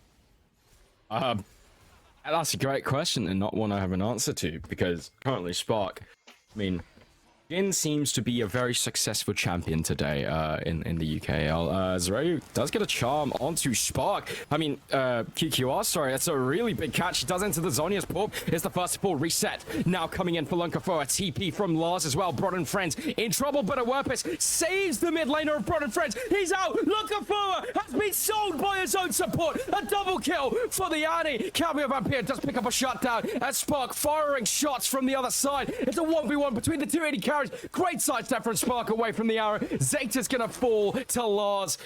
It is a 3-4-3 for now. An equal standing on the kill score. And I don't know who benefited off that. That was absolute chaos. Yeah, these fights are coming down to the absolute wire of it all. And now with Spark, just so many kills and the teleport coming through from QQR, this will for sure be soul point for Broad and Friends. And that makes the next fight all the more impactful. And with every fight, with every pick, every skirmish, you're feeling like, oh, this has to be the one. This has to be the one that turns the game in their favor. This has to be the catalyst that will push them ahead to a point of no return. But every single time, whoever gets a tiny lead seems to leave a gap that gets absolutely pounced on by their enemies. And man, it's just a wait right now. It seems to be that if you're in the lead, you are set up to fail. Well, I mean, in all fairness, there is a Viego in the game, and I think that's been the key thing. You can always take the resets of your opponents, so they get ahead, actually get that first reset of the fight. I like it. Does help you. I mean, we're seeing a Sion ultimate charging down the mid lane. They're gonna cut off the wave here, but Akers gets comboed up. Another failed Alistair combo, which opens up QQR to unleash onto Cameo Vampire. Down goes 2 for the side of the Bandits. Awerpis is now running away, as this Alistair seems to be doing more for the Broad and Friends than the Bandits. They're going to be able to push through. Deadly Flourish is going to tag onto the Gwen. The Alistair's down. Lance is going to follow through. Rayu arrives late. And Broad and Friends looking to pick up their first win of the split as the Bandits run away. Down goes the Zonyas, and Spark is going to finish off that last kill. Ladies and gentlemen, Broad and Friends will be able to get themselves on the board if they can push to right here, right now. And it's so close. This Jin just surviving with 4 HP. It is enough. Broad and Friends will pull it over the line. It's going to be a score on the board for the fan favorites of the Four Nations as the Bandits coming in with all this hype sit at 0-2 after week 1. And man, I mean, first of all, a big shout out to Broad and Friends who have capitalized on these gaps that have been left by the Bandits. But man, there were a lot of gaps to capitalize on. Now we're there. Now you do have to act on it. I'll give them that very much so, and deserved winners. But it feels also like it's been left on the table a little bit by the Bandits. Yeah, I mean, at some point you have to say, like, was that really Bandits, like, performing at their best? It really felt like Broad and Friends. It really felt like Broad and Friends in this game were just straight up the better team. You can have conversations about which individuals are favored on either side, but from my perspective, what we saw is a squad, a roster, compete against talented players. And that's the difference between these two teams right now. Hopefully the Bandits can ramp up to that later on. But yeah, for me, I mean, Broad and Friends, they just look like the better squad today. Yeah, at the end of the day, it's very easy. Big tip to all the teams looking to beat the Bandits. Just get more pentakills than they do, and then you'll win.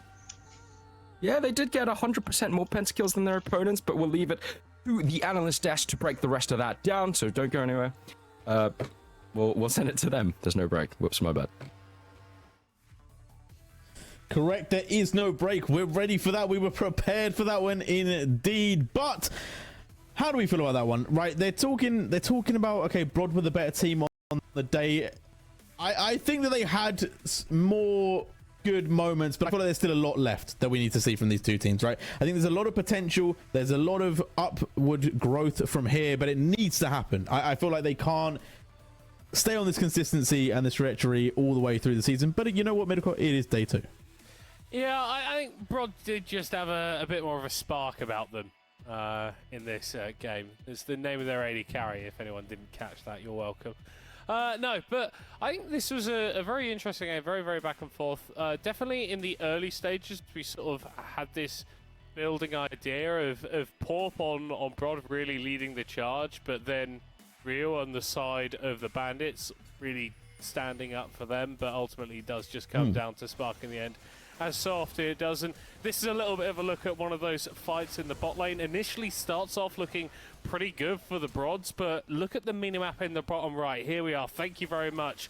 The Ahri roaming over, and then of course you get that kill, you get that reset, that extra mobility, and it really sort of put Brod in a bit of a bad position because they were going for all of these plays, but then this Ari was just getting so much out of it. And Ari, usually a champion that can struggle a little bit in the damage department. If you do get fed early, though, because of your CC options and your high mobility, she's one of those champions that can really put an early gold lead to effective use, and that really carried Bandits through a lot of the early stages of this game. No, indeed. And I like the resilience shown from Brod, right? They didn't just give up. They didn't just say, okay, well, we lost the early game. That's pretty much it. They very much stayed in the game. They kept fighting on. And I want to go to the second VT, right? I want to go back to that one because I feel like it's actually a really nice play. And I feel like this highlights exactly what we were talking about where Akkers should stay in this team. Yeah, back to regular position for Akkers, really. We talked about it in the pre-game. You're not really a centre-back lad. For me, he's more, you want to have him in that inverted side laner role, and he showed it here. He showed his class, buys so much space. He's not actually on screen yet, I don't believe. There he comes in now. And you can see here, Akkers on the attack. Flash away there. I feel like he's not exactly proving any of my points right now. Yeah, no, he will, brother. Remember, here he goes. Remember the game. Remember the name. That is Akkers. It's the beauty in the subtlety there, right? You just got to wait for these moments. He's not exactly a player that, you know, he's not a highlight player. You know, your Pep Guardiola isn't going to be looking at the VT. It's not about the moments that exist between the lines for Akkers, but in the big moments, I think he is someone that doesn't shrink away from the opportunity. Yeah, but if you're Diego Sivione, like maybe you can see the light there. Maybe you can find a way into that one, and maybe you can get him into the front line and open up your back line, right? It's a centre where Akkers was able to really compose himself and come through. And let's go to probably the highlight moment of the game for at least one player, at least. Absolutely electric stuff here, Middlecourt. Yeah, and again, we're seeing what we were talking about, this sort of very front foot focus from Brod, sort of getting into a fight almost before they've been able to properly synthesize a plan to get through it. Porp dying early, as we saw in the previous one, but the front line of Brod is just so resilient. This is a long ass clip. We get through with Porp initially falling down, but Brod, they recognize that they can stay in this situation. You've got the Alistair off onto the side, but keep an eye on Spark. He is never in danger of getting jumped onto by anyone. Excellent work from Zeta to run disruption. You've got Akkers also keeping the attention of the enemy Varus and the enemy Ari away, then rejoining the fight to provide CC. But all this time, Spark is in a position where he can just free hit. Picks up the quadra kill, which is usually seen as the Jim Penta, but he goes a little bit better at the end of it and eventually ends up picking a more legitimate form of pentakiller. Yeah, and shout out to the Winions. It's a great W at the end, and it's good to see him, because for me, actually, if I'm to kind of remove myself from the persona for a second, I think he's a player that's been great for a while. And I think, no offense to a lot of the players he's played with on the Cabbage iterations of the rosters, he's always been someone that, for me, whenever we went to LAN or wherever I've watched him, he's just that slight cut above everyone else. And that's not to say, it's not to look down on the others, but he is just a little bit extra class. And yeah, he was a player that we feared at LAN. He was always a real difference maker. Yeah. I think Sin just recognised that he was superior in every way, every time we played against him. Well, he did have a bit of a duck against him. It was like a running joke that, like, yeah, Sin does really well, but then as soon as he has to face off against Spark, everything sort of crumbles away, because this guy just is incredibly consistent, does what he does. I mean, how many times have we shown the clip of him against, well, against basically anyone, against Gucci? Like, he's absolutely immense, and it's brilliant to see him carrying Brod. I want to see some versatility. Get mid lane doing something. QQR, he had a bit of a stinker today. Yeah, for me, QQR not really a player I'd let get back on the bus on the way back to the to the hotel after that one. Staggers me, a player with that kind of UKL experience. I would play like that. Sort of send him on a replacement train service in an opposite direction to where he needs to go. Yeah, it needs to reflect that lad. Not great from him. I think at the end of the day, though, like, Brod, they did show a lot of team unity here. I feel like at the end of the day, right, we talk about Spark being the igniter to their fire, but you need to have the fuel, you need to have the oxygen, right? Like, there needs to be ways to set this up and to keep the place warm. And I feel like Brod, they were able to show a lot of their composure here. Again, question marks are still to be raised, right? They're not a perfect team just yet. Bandits, let's have a quick chat about them. I feel like they had the moments and then they let it slip, right? It was a little bit, you know, it could have been theirs, but then they fumbled. It's just post-Fergie Man United, really.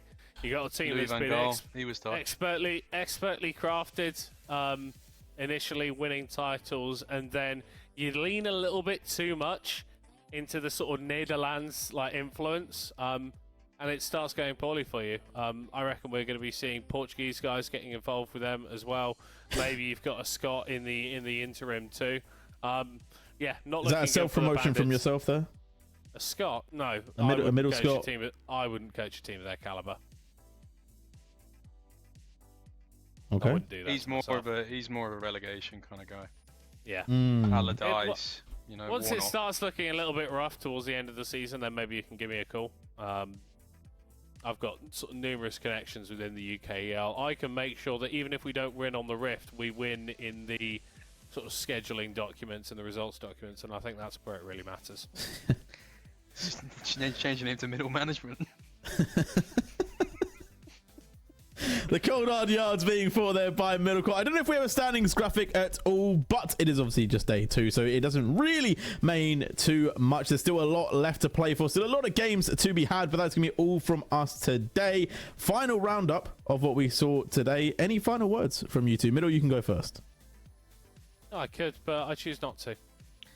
Okay, I think that leaves me sequentially. I love UK League of Legends. Thank you so much, guys, for having me on.